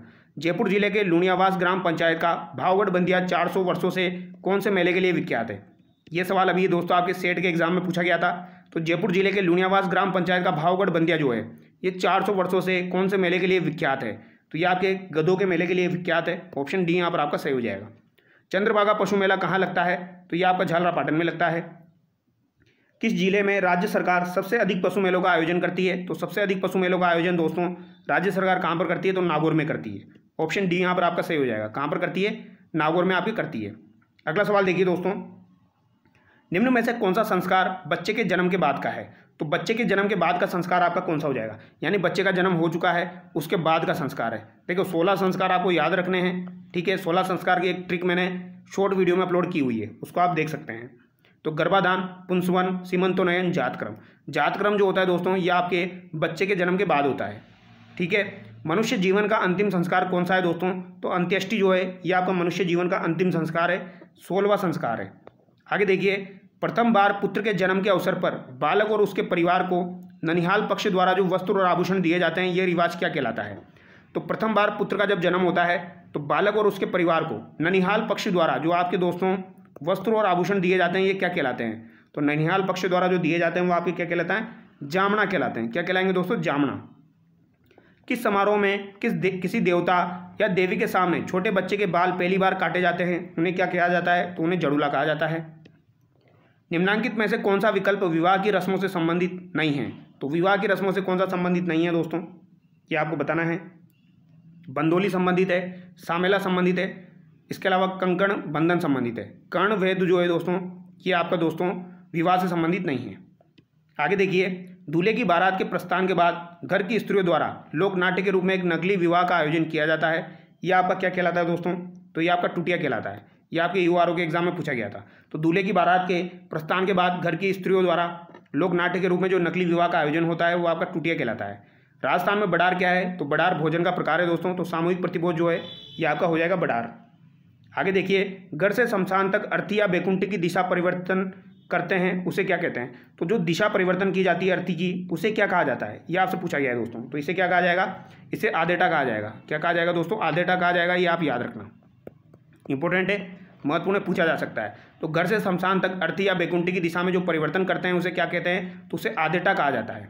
ठीक है, आगे देखिए, भद्र का संबंध किससे है? तो भद्र का संबंध ये काफ़ी बार एग्जाम में आ चुका है। तो भद्र का संबंध जो है दोस्तों ये अंत्येष्टि संस्कार से ही है। याद रखिएगा, भद्र का संबंध किससे है? अंत्येष्टि संस्कार से है। राजस्थान में लड़की की शादी में दहेज के साथ कुंवारी कन्याएं भेजते हैं, उन्हें क्या कहा जाता है? तो जो कुंवारी कन्याएं लड़की के साथ भेजी जाती है इन्हें क्या कहा जाता है दोस्तों? तो इन्हें डावरिया कहा जाता है। राजस्थान में सती प्रथा को रोकने का प्रयास सर्वप्रथम किसके द्वारा किया गया था? अब सवाल को ध्यान से पढ़ना है, बहुत सारे जल्दीबाजी में इस सवाल को गलत कर देंगे। यहाँ पर बोला गया है सती प्रथा को रोकने का प्रयास, यानी सबसे पहले प्रयास किसने किया था? रोकने की बात नहीं की जा रही है, प्रयास की बात की जा रही है। तो सर्वप्रथम प्रयास दोस्तों सवाई जयसिंह के द्वारा किया गया था। ऑप्शन सी यहाँ पर आपका सही होगा, जयपुर। अगला सवाल देखिए, सती रोकथाम अधिनियम 1987 कानून किस राज्य सरकार द्वारा लागू किया गया था? तो दोस्तों राजस्थान सरकार के द्वारा 1987 में आपका सती रोकथाम कानून लागू किया गया था। ऑप्शन बी यहाँ पर आपका सही हो जाएगा। अगला सवाल देखिए, राजस्थान में गोला, दरोगा, चाकर, चेला आदि संबोधन किसके लिए प्रयुक्त होते हैं? तो गोला, दरोगा, चाकर, चेला ये किसके लिए प्रयुक्त किए जाते हैं दोस्तों? तो घरेलू दास के लिए गोला, दरोगा, चाकर, चेला प्रयुक्त किए जाते हैं। किसके लिए? घरेलू दास के लिए। 1833 ईस्वी में कन्यावध को गैर कानूनी घोषित करने का श्रेय किस रियासत को है? तो 1833 में कन्यावध को जो गैर कानूनी घोषित किया गया था तो ये किस रियासत के द्वारा किया गया था? तो क से कन्या, क से कोटा। ऑप्शन ए यहाँ पर आपका सही हो जाएगा। अनमेल विवाह और बाल विवाह निषेध अधिनियम सर्वप्रथम किस रियासत ने बनाया था? तो ये सवाल काफ़ी बार एग्जाम में आता रहता है। अनमेल विवाह और बाल विवाह निषेध अधिनियम सर्वप्रथम किस रियासत ने बनाया था? तो ये आपकी अलवर रियासत के द्वारा बनवाया गया था। ध्यान से पढ़ना है, अनमेल विवाह और बाल विवाह पूछा गया है। तो अनमेल विवाह बाल विवाह निषेध अधिनियम अलवर रियासत के द्वारा सर्वप्रथम बनाया गया था। ठीक है, अगला सवाल देखिए, निम्न में से कौन सा पुरुष का वस्त्र नहीं है? तो कौन सा यहाँ पर आपका पुरुषों का वस्त्र नहीं है ये आपको बताना है दोस्तों। तो यहाँ पर जामा पुरुषों का वस्त्र है, अंगरखी पुरुषों का वस्त्र है, चुग्गा पुरुषों का वस्त्र है। लेकिन यहाँ पर लप्पा लप्पी जो है दोस्तों ये आपके पुरुषों के वस्त्र नहीं होते हैं, ये गोटे के प्रकार होते हैं जो कि महिलाओं के वस्त्रों से संबंधित है। मदिल एक प्रकार है। तो मदिल किसका प्रकार है? पगड़ी का प्रकार है दोस्तों। मदिल पगड़ी आपके दशहरे के अवसर पर पहनी जाती है। इसको कैसे याद रखोगे? यहाँ से द निकाल लेना है आपको, तो क्या हो जाएगा? दशहरा हो जाएगा। ठीक है, आगे देखिए, उदयशाही, अमरशाही, विजयशाही और शाहजहानी ये सभी क्या है? तो ये सभी आपके क्या हो जाएंगे दोस्तों? तो राजस्थानी पगड़ियों की शैलियाँ हैं। तो राजस्थानी पगड़ियाँ जो है उनकी शैलियाँ हो जाएगी उदयशाही, अमरशाही, विजयशाही और शाहजहानी। दूतई, गदर, डगला, कानो एवं मिर्जाई किससे संबंधित है? तो दूतई, गदर, डगला, कानो, मिर्जाई ये आपकी किससे संबंधित है? तो इंपॉर्टेंट सवाल है, पूछा जाता है। तो याद रखना, दूतई, गदर, डगला, कानो और मिर्जाई ये सब के सब आपके अंगरखी के प्रकार है। ऑप्शन सी यहाँ पर आपका सही हो जाएगा। किसके प्रकार है दोस्तों? अंगरखी के प्रकार है। अंगरखी जो है ये कमर के ऊपर का वस्त्र होता है और ब्रीचेस जो होता है ये कमर के नीचे का वस्त्र होता है। तो अंगरखी, ब्रीचेस दोनों आपको ध्यान रखने हैं। ब्रीचेस वस्त्र क्या है? तो ब्रीचेस वस्त्र जो है ये पुरुषों के कमर के नीचे का वस्त्र हो जाएगा। ऑप्शन ए यहाँ पर आपका सही है। जिम्मी क्या है? तो जिम्मी बताइए दोस्तों, जिम्मी क्या होती है आपकी? बताइए जिम्मी क्या होती है? तो फेरे अथवा सप्तपदी के समय मामा द्वारा दी गई और वधु द्वारा पहनी गई गोटे किनारी युक्त लाल गुलाबी ओढ़नी। तो ये आपको ध्यान रखना है, ये क्या हो जाएगी? आपकी जिम्मी हो जाएगी भैया। क्या हो जाएगी? जिम्मी। तो जिम्मी जो है ये फेरे अथवा सप्तसदी के समय, जब फेरे चल रहे होते हैं उस समय मामा के द्वारा जो आपके दोस्तों मामा द्वारा दी गई और वधु द्वारा पहनी गई गोटे किनारी युक्त लाल गुलाबी ओढ़नी ये आपकी जिम्मी कहलाती है। ठीक है, अगला सवाल देखिए। अगला सवाल है दोस्तों आपका, राजस्थान में पोमचा एक प्रकार की ओढ़नी पहनी जाती है। तो पोमचा प्रकार की ओढ़नी कब पहनी जाती है? तो माँ बनने के अवसर पर पहनी जाती है दोस्तों। ऑप्शन ए यहाँ पर आपका सही हो जाएगा। एक तो आपका पीला पोमचा होता है, एक गुलाबी पोमचा होता है। पीला पोमचा जो होता है ये तो आपके जब लड़के का जन्म होता है तब पहनी जाती है, और गुलाबी पोमचा जब लड़की का जन्म होता है तब पहनी जाती है। स्त्रियों द्वारा लहरिया भात की ओढ़नी किस माह में पहनी जाती है? तो लहरिया भात की ओढ़नी आपकी किस माह में पहनी जाएगी भैया, बता दीजिए। ठीक है, तो ये श्रावण के महीने में पहनी जाएगी। तो लहरिया भात की ओढ़नी आपकी श्रावण के महीने में पहनी जाएगी। बांधो और रंगो यानी टाई एंड डाई कला के लिए राजस्थान का कौन सा स्थान प्रसिद्ध है दोस्तों? तो बांधो एवं रंगों के लिए कौन सा स्थान आपका प्रसिद्ध है? टाई एंड डाई के लिए तो ये जयपुर स्थान आपका प्रसिद्ध है। भील पुरुषों द्वारा पहने जाने वाली तंग धोती होती है, तो तंग धोती को क्या कहा जाता है दोस्तों? देपाड़ा कहा जाता है। क्या कहा जाता है? देपाड़ा इसे कहा जाता है। ऑप्शन सी यहाँ पर आपका करेक्ट होगा। ताराभात की ओढ़नी कौन सी महिलाएं ओढ़ती है? तो ताराभात की ओढ़नी दोस्तों आदिवासी महिलाओं के द्वारा ओढ़ी जाती है। तो ताराभात की ओढ़नी आदिवासी महिलाओं के द्वारा ओढ़ी जाती है। अगला सवाल देखिए, निम्न में से सही सुमेलित नहीं है। कौन सा यहाँ पर आपका सही सुमेलित नहीं है? बोरला सिर का आभूषण है, तिमणिया कान का हो जाएगा। यहाँ पर तिमणिया कान का दिया गया है, जो कि आपका गलत दिया गया है भैया, तिमणिया कान का नहीं होता है। ठीक है, दामना अंगुली बिल्कुल सही है, करदनी आपका कमर बिल्कुल सही है, लेकिन तिमणिया जो है ये कान है, यहाँ पर आपका गलत हो जाएगा दोस्तों। ठीक है, बोरला यहाँ पर सिर सही है, दामना अंगुली का है, करदनी कमर का है। ठीक है, तिमणिया कहाँ का है दोस्तों? तिमणिया शायद गले का है। कमेंट करके बताना एक बार।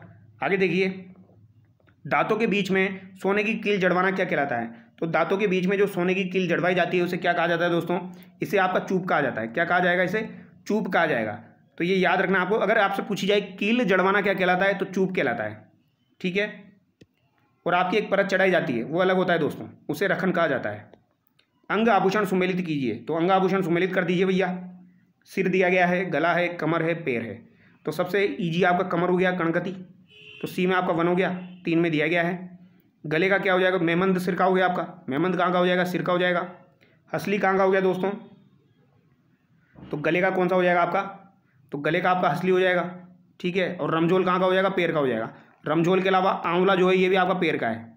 आंवला कहाँ का है? पैर का है। इसके अलावा दोस्तों आपका पूछा जाए नुपुर कहाँ का है? नुपुर भी आपका पैर का है। ठीक है, नेवरी कहाँ का है? नेवरी भी आपका पैर का है। तो ये आंवला, नुपुर, नेवरी, रमझोल ये आपके पैर के आभूषण है। ऑप्शन डी यहाँ पर आपका सही हो जाएगा।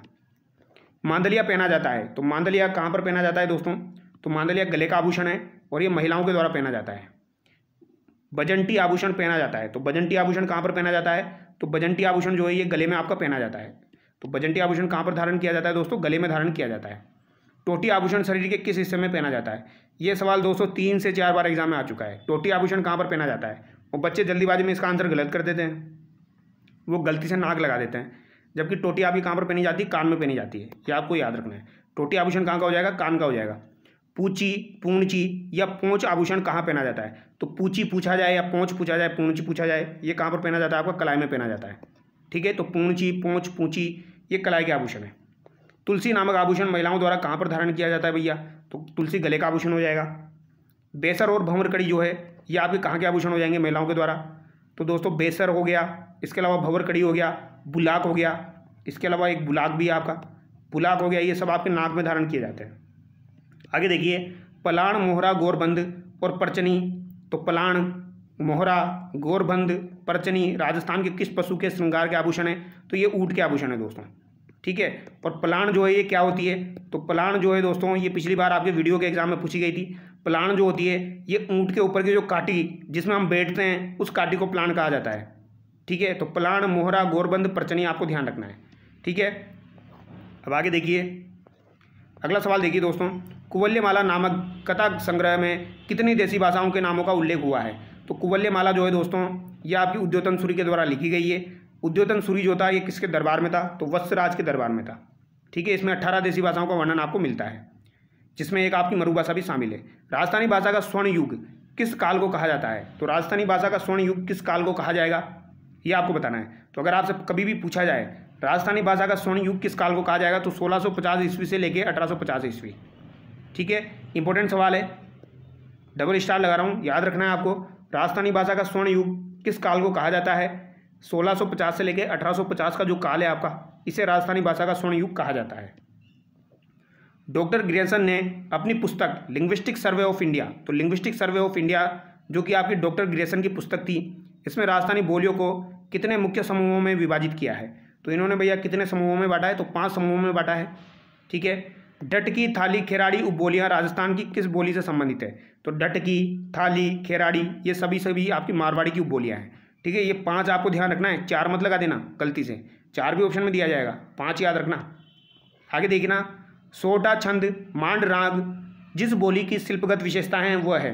तो सोटा, छंद, मांड राग, जिस बोली की आपकी शिल्पगत विशेषताएं हैं वो कौन कौन सी हो जाएगी, ये आपको बताना है।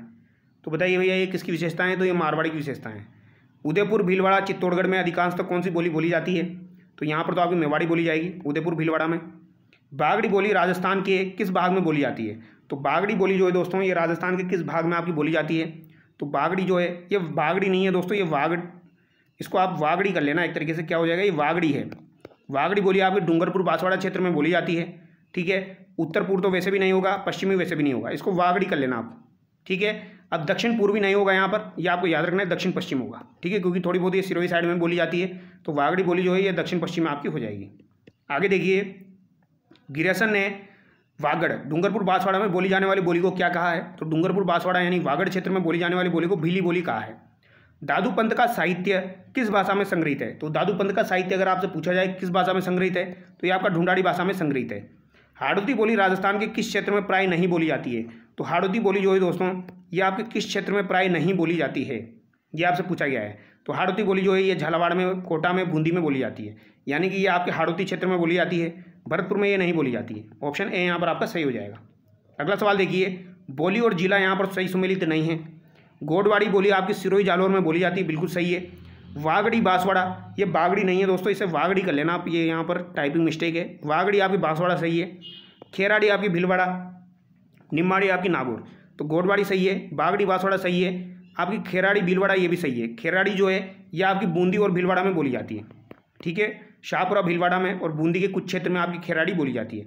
निम्माड़ी जो है ये इसको दक्षिणी राजस्थानी कहा जाता है, क्या कहा जाता है इसे, दक्षिणी राजस्थानी किसे कहा जाता है, तो ये निम्माड़ी को कहा जाता है, और ये आपकी मालवी की उपबोली है।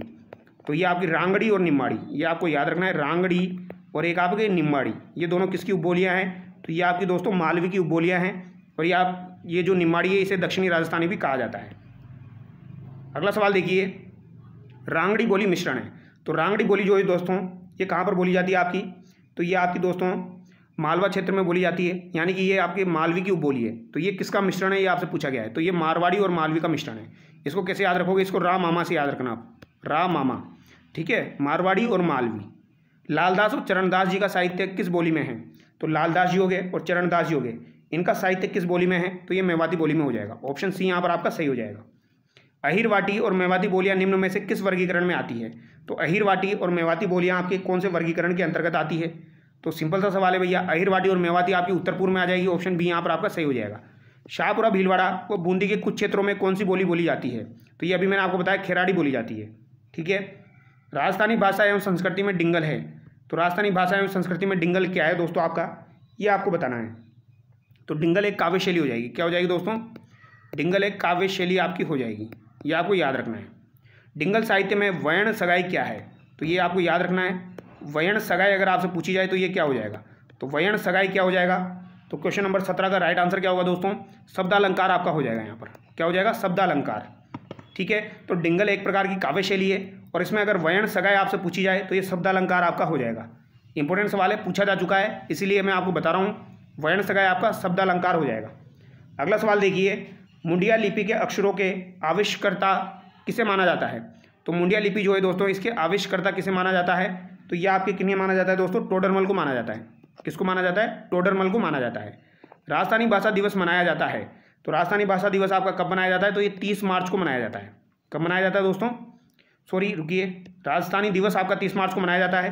राजस्थानी भाषा दिवस आपका 21 फरवरी को मनाया जाता है, इसको करेक्ट कर लेना, 21 फरवरी को आपका राजस्थानी भाषा दिवस मनाया जाता है। महत्वपूर्ण सवाल है, ठीक है। मुंडिया लिपि के तो आपके कौन हो जाएंगे, तो ये आपके टोडरमल हो जाएंगे, ठीक है। और राजस्थानी भाषा दिवस आपका कब मनाया जाता है, 21 फरवरी को मनाया जाता है, और 30 मार्च को तो आपका राजस्थानी दिवस मनाया जाता है। राजस्थान दिवस जो है वो 30 मार्च को मनाया जाता है। आगे देखिए, सुमेलित करना है, जगरोती आपकी करौली की हो जाएगी, ठीक है। ढाटी आपकी बाड़मेर की हो जाएगी, नागरचोल आपकी टोंक की हो जाएगी, ठीक है, और धावड़ी आपकी कहाँ की हो जाएगी, उदयपुर की हो जाएगी। तो यहाँ पर आपका राइट आंसर ऑप्शन 1 हो जाएगा। अगला सवाल देखिए, श्रीधर व्यास द्वारा रचित रणमल छंद किस काल की रचना है, तो श्रीधर व्यास के द्वारा रचित जो आपकी रणमल छंद है दोस्तों ये किस काल की रचना है, ये आपसे पूछा गया है। तो बताइए दोस्तों ये किस काल की रचना है, तो श्रीधर व्यास के द्वारा दोस्तों जो रणमल छंद की रचना की गई थी ये बहुत पहले की गई थी, यानी सबसे पहला जो काल था वो यही था, वीरगाथा काल, ये आपको ध्यान रखना है। आगे देखिए, निम्न में से कौन सा युग्म सही सुमेलित नहीं है? वज्रसेन सूरी, भरतेश्वर बाहुबली घोर, शालिभद्र सूरी बाहुबली, जिन वल्लभ सूरी, वर्ध नवकार, सोम कुंवर, पृथ्वीचंद्र चरित्र। यहाँ पर कौन सा आपका सुमेलित नहीं है? तो भरतेश्वर बाहुबली घोर जो है ये वज्रसेन सूरी के द्वारा लिखी गई है, बिल्कुल सही बात है। बाहुबली ये आपकी शालिभद्र सूरी के द्वारा लिखी गई है, ये भी सही है। जिन वल्लभ सूरी के द्वारा आपकी वर्ध नवकार लिखी गई है, ये भी आपका सही दिया गया है। ठीक है, तो याद रखना वर्ध नवकार आपकी जिन वल्लभ सूरी, लेकिन सोम कुंवर के द्वारा पृथ्वीचंद्र चरित्र ये यहाँ पर गलत हो जाएगा, तो डी यहाँ पर आपका गलत है। आगे देखिए, राजस्थानी साहित्य के भरतेश्वर बाहुबली रास के लेखक कौन है? तो रास के लेखक कौन हो जाएंगे? देखो वहाँ पर घोर था, घोर के लेखक आपके कौन थे? तो घोर के तो थे आपके वज्रसेन सूरी, घोर के कौन थे? वज्रसेन सूरी। लेकिन रास अगर आपसे पूछा जाए भरतेश्वर बाहुबली रास, तो इसके कौन हो जाएंगे? आपके शालिभद्र सूरी हो जाएंगे।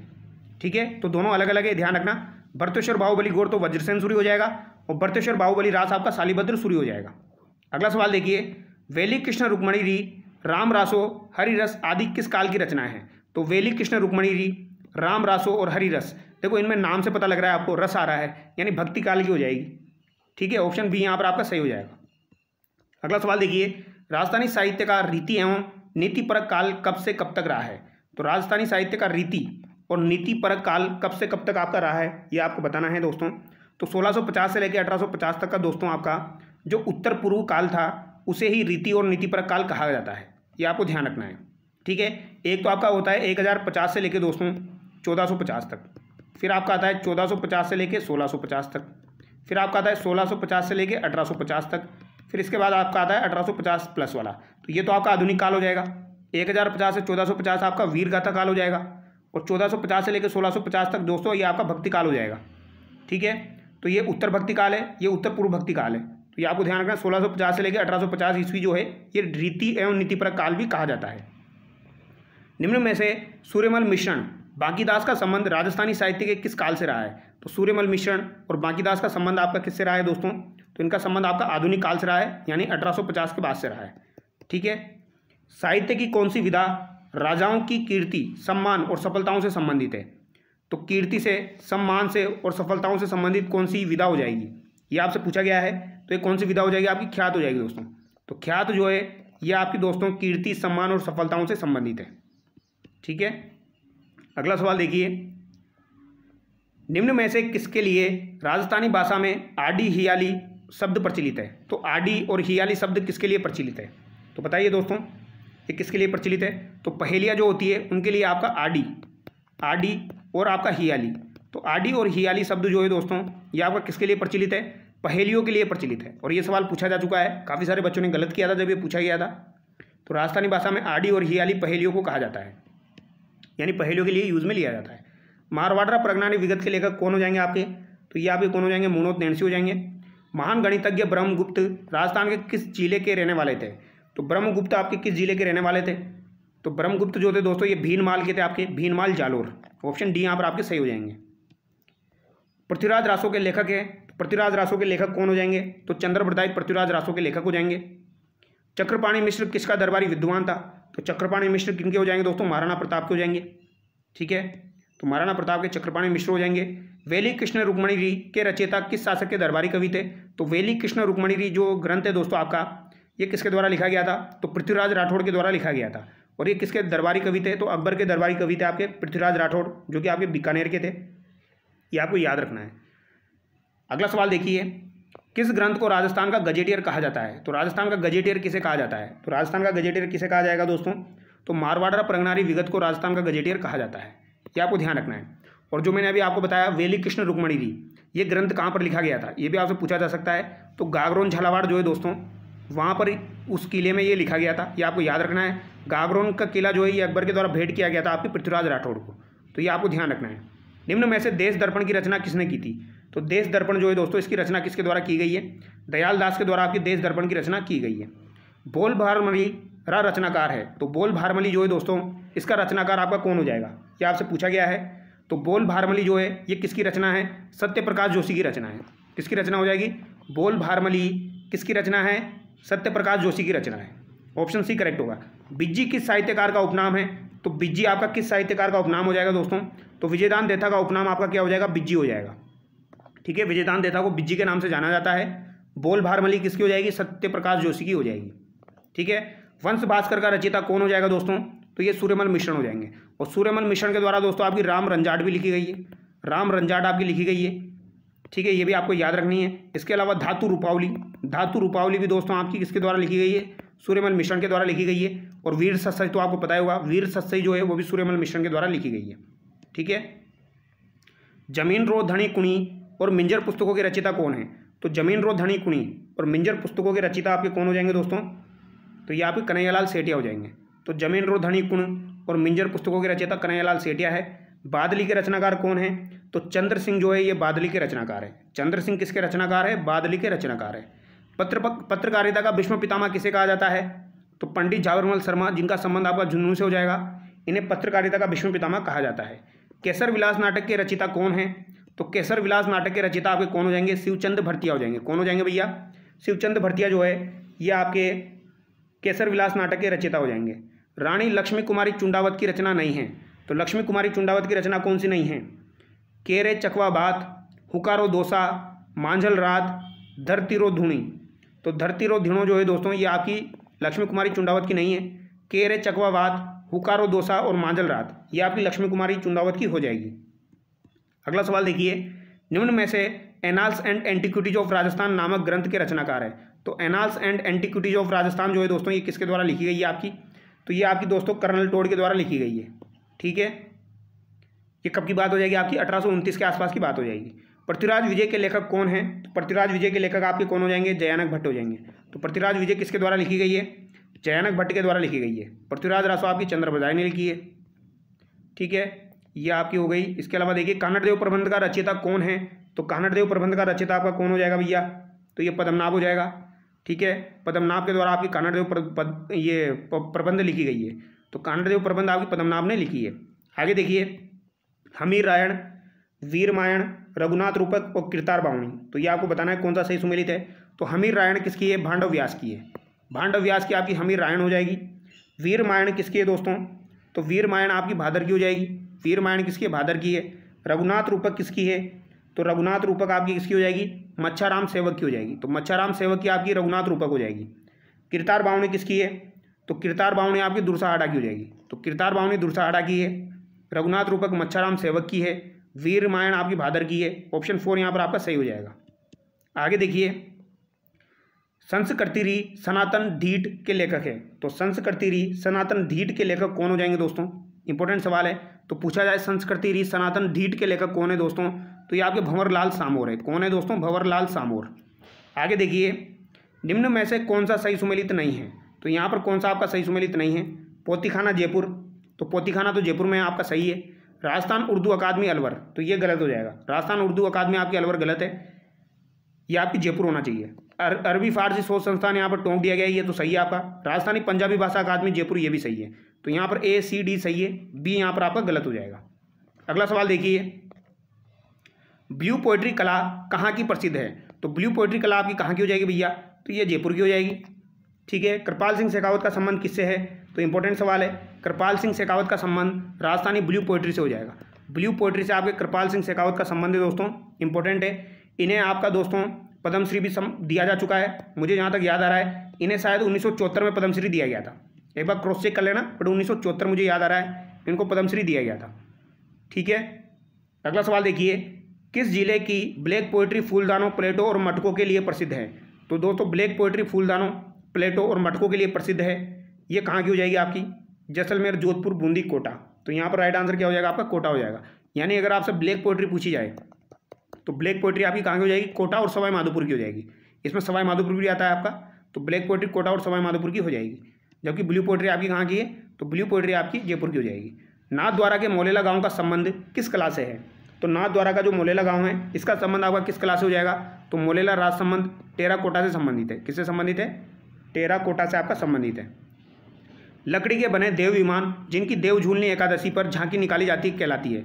तो लकड़ी के बने जो देव विमान होते हैं जिनकी देव झूलनी एकादशी पर झांकी निकाली जाती है, ये आपके क्या कहलाते हैं? ये बेवाण कहलाते हैं। क्या कहलाते हैं दोस्तों? बेवाण कहलाते हैं। प्रसिद्ध थेवा कला का संबंध किस स्थान से है? तो थेवा कला का संबंध आपका कहाँ से हो जाएगा दोस्तों? ये आपको बताना है। तो थेवा कला का संबंध आपका प्रतापगढ़ से हो जाएगा। जयपुर मीनाकारी का एक प्रसिद्ध स्थल है, इस कला को लाने का श्रेय किनको जाता है? तो दोस्तों आपका जो मीनाकारी है इसको लाने का श्रेय किसे जाता है? तो ये मानसिंह प्रथम को जाता है। किसे जाता है दोस्तों? मानसिंह प्रथम को ये श्रेय दिया जाता है। तो म से मीनाकारी, म से मानसिंह प्रथम, ये आपको याद रखना है। लाने का श्रेय किसे दिया जाता है? मानसिंह प्रथम को दिया जाता है, जयपुर मीनाकारी। आगे देखिए, राजस्थान में पाई जाने वाली उस्ता कला क्या है? तो राजस्थान में पाई जाने वाली उस्ता कला क्या हो जाएगी? ऊँट की खाल पर जो सोने की मीनाकारी की जाती है उसे ही उस्ता कला कहा जाता है। मथेरण किस जिले की प्रसिद्ध लोक कला है? तो मथेरण भी आपकी कहाँ की हो जाएगी? उस्ता कला बीकानेर की है। मथेरण भी आपकी कहाँ की हो जाएगी? बीकानेर की हो जाएगी। ऑप्शन सी यहाँ पर आपका करेक्ट है। आगे देखिए, तोड़ियो ऊँट के बच्चे के मुलायम बालों को सूत के साथ धागा मिलाकर जो बढ़िया कपड़ा तैयार किया जाता है क्या कहलाता है? तो तोड़ियो यानी ऊँट का जो बच्चा होता है उसके मुलायम बाल होते हैं, उससे सूत का धागा बनाकर एक बढ़िया कपड़ा तैयार किया जाता है, वो आपका क्या कहलाता है दोस्तों? तो ये आपका भाकला कहलाता है। क्या कहलाता है? भाकला। जिरोही, भाकला, गंधा किस उद्योग के नाम हैं? तो जिरोही, भाकला, गंधा किस उद्योग के आपके नाम हो जाएंगे? तो ये जट पट्टी के नाम हो जाएंगे। तो जिरोही, भाकला, गंधा ये किस उद्योग के नाम है? तो ये जट पट्टी के नाम है आपके। काफ़ी बार पूछा जाता है ये सवाल। जिरोही, भाकला, गंधा ये जट पट्टी का नाम है। आगे देखिए, निम्न में से किस शासक ने राजस्थान में गलीचा बनाने की पहल की थी? तो राजस्थान में गलीचा बनाने की पहल किस शासक के द्वारा की गई थी? तो आमेर का मानसिंह प्रथम जो था दोस्तों, इसके द्वारा गलीचा बनाने की पहल की गई थी। इंपॉर्टेंट सवाल है। तो सर्वप्रथम पूछा जाए आपसे किस शासक के द्वारा गलीचा बनाने की पहल की गई थी? तो आमेर के मानसिंह प्रथम के द्वारा सर्वप्रथम गलीचा बनाने की पहल की गई थी। सोमपुरा शैली जानी जाती है। सोमपुरा शैली जो है दोस्तों ये किसके लिए जानी जाती है? तो सोमपुरा शैली आपकी स्थापत्य के लिए जानी जाती है। पानी को ठंडा रखने के लिए बादला कहाँ बनाए जाते हैं? तो बादला आपके जोधपुर के प्रसिद्ध है। पानी को ठंडे रखने के लिए बनाए जाते हैं दोस्तों। ठीक है, अगला सवाल देखिए, निम्नलिखित में से कौन सा जोड़ा यहाँ पर सुमेलित है? बादला जोधपुर होना चाहिए, गलत हो गया। मसूरिया साड़ी कोटा बिल्कुल सही है। नमदा जोधपुर दिया गया है। संगमरमर पर नक्काशी टोंक दिया गया है। तो संगमरमर पर नक्काशी यहाँ पर तो क्या होना चाहिए आपका? जयपुर होना चाहिए। और नमदा दोस्तों यहाँ पर आपका क्या हो जाएगा? टोंक हो जाएगा। नमदा कहाँ पर हो जाएगा? टोंक और जयपुर का हो जाएगा आपका। मेनली आपका टोंक ही आता है। ठीक है, आगे देखिए, नागौर का भूगांव किस लिए प्रसिद्ध हुआ करता था? तो नागौर का भूगांव किस लिए प्रसिद्ध हुआ करता था? तो मिट्टी के खिलौनों के लिए दोस्तों आपका नागौर का भूगांव प्रसिद्ध था। तो किसके लिए प्रसिद्ध था? मिट्टी के खिलौनों के लिए। बादला जोधपुर हो जाएगा, नमदा टोंक हो जाएगा। बादला जोधपुर है, नमदा टोंक है।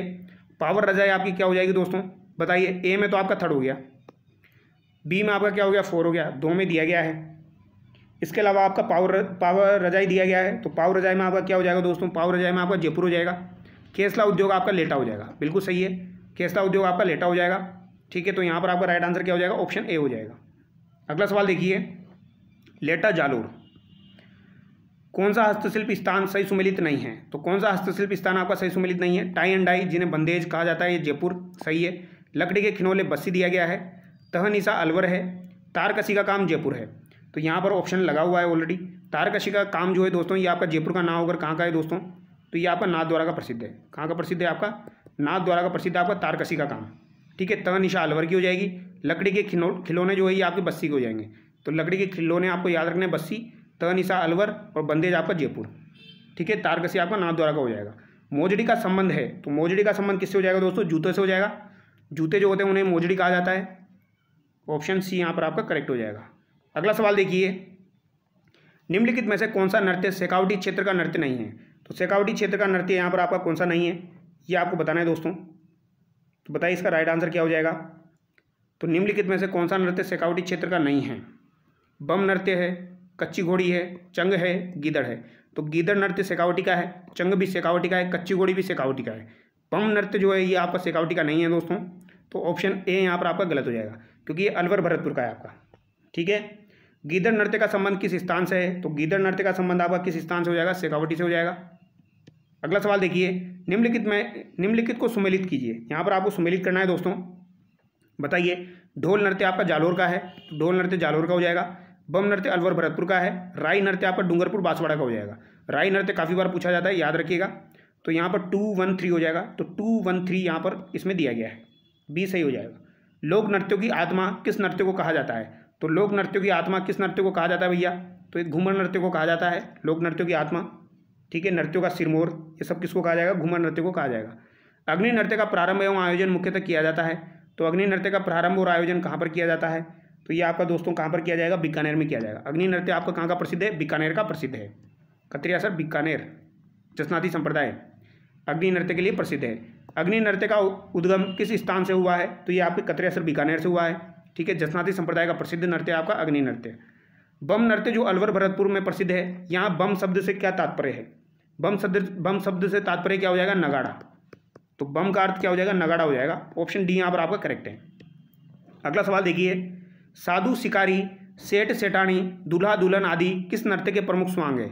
तो साधु शिकारी, और ये इंपॉर्टेंट सवाल है, याद रखना दोस्तों, साधु शिकारी, सेठ सेठानी, दूल्हा दुल्हन आदि किस नृत्य के प्रमुख स्वांग आपके हो जाएंगे? तो एक गिद्दड़ नृत्य के प्रमुख स्वांग है। ठीक है, तो इसको याद कर लेना अच्छे से, इसमें गड़बड़ मत करना आप। साधु शिकारी अगर आपको दिया जाए, साधु है, इसके अलावा शिकारी है, सेठ सेठानी है, दूल्हा दुल्हन है, ये किस नृत्य के प्रमुख स्वांग है? तो एक गिद्दड़ नृत्य के प्रमुख स्वांग है। ऑप्शन डी यहाँ पर आपका सही हो जाएगा।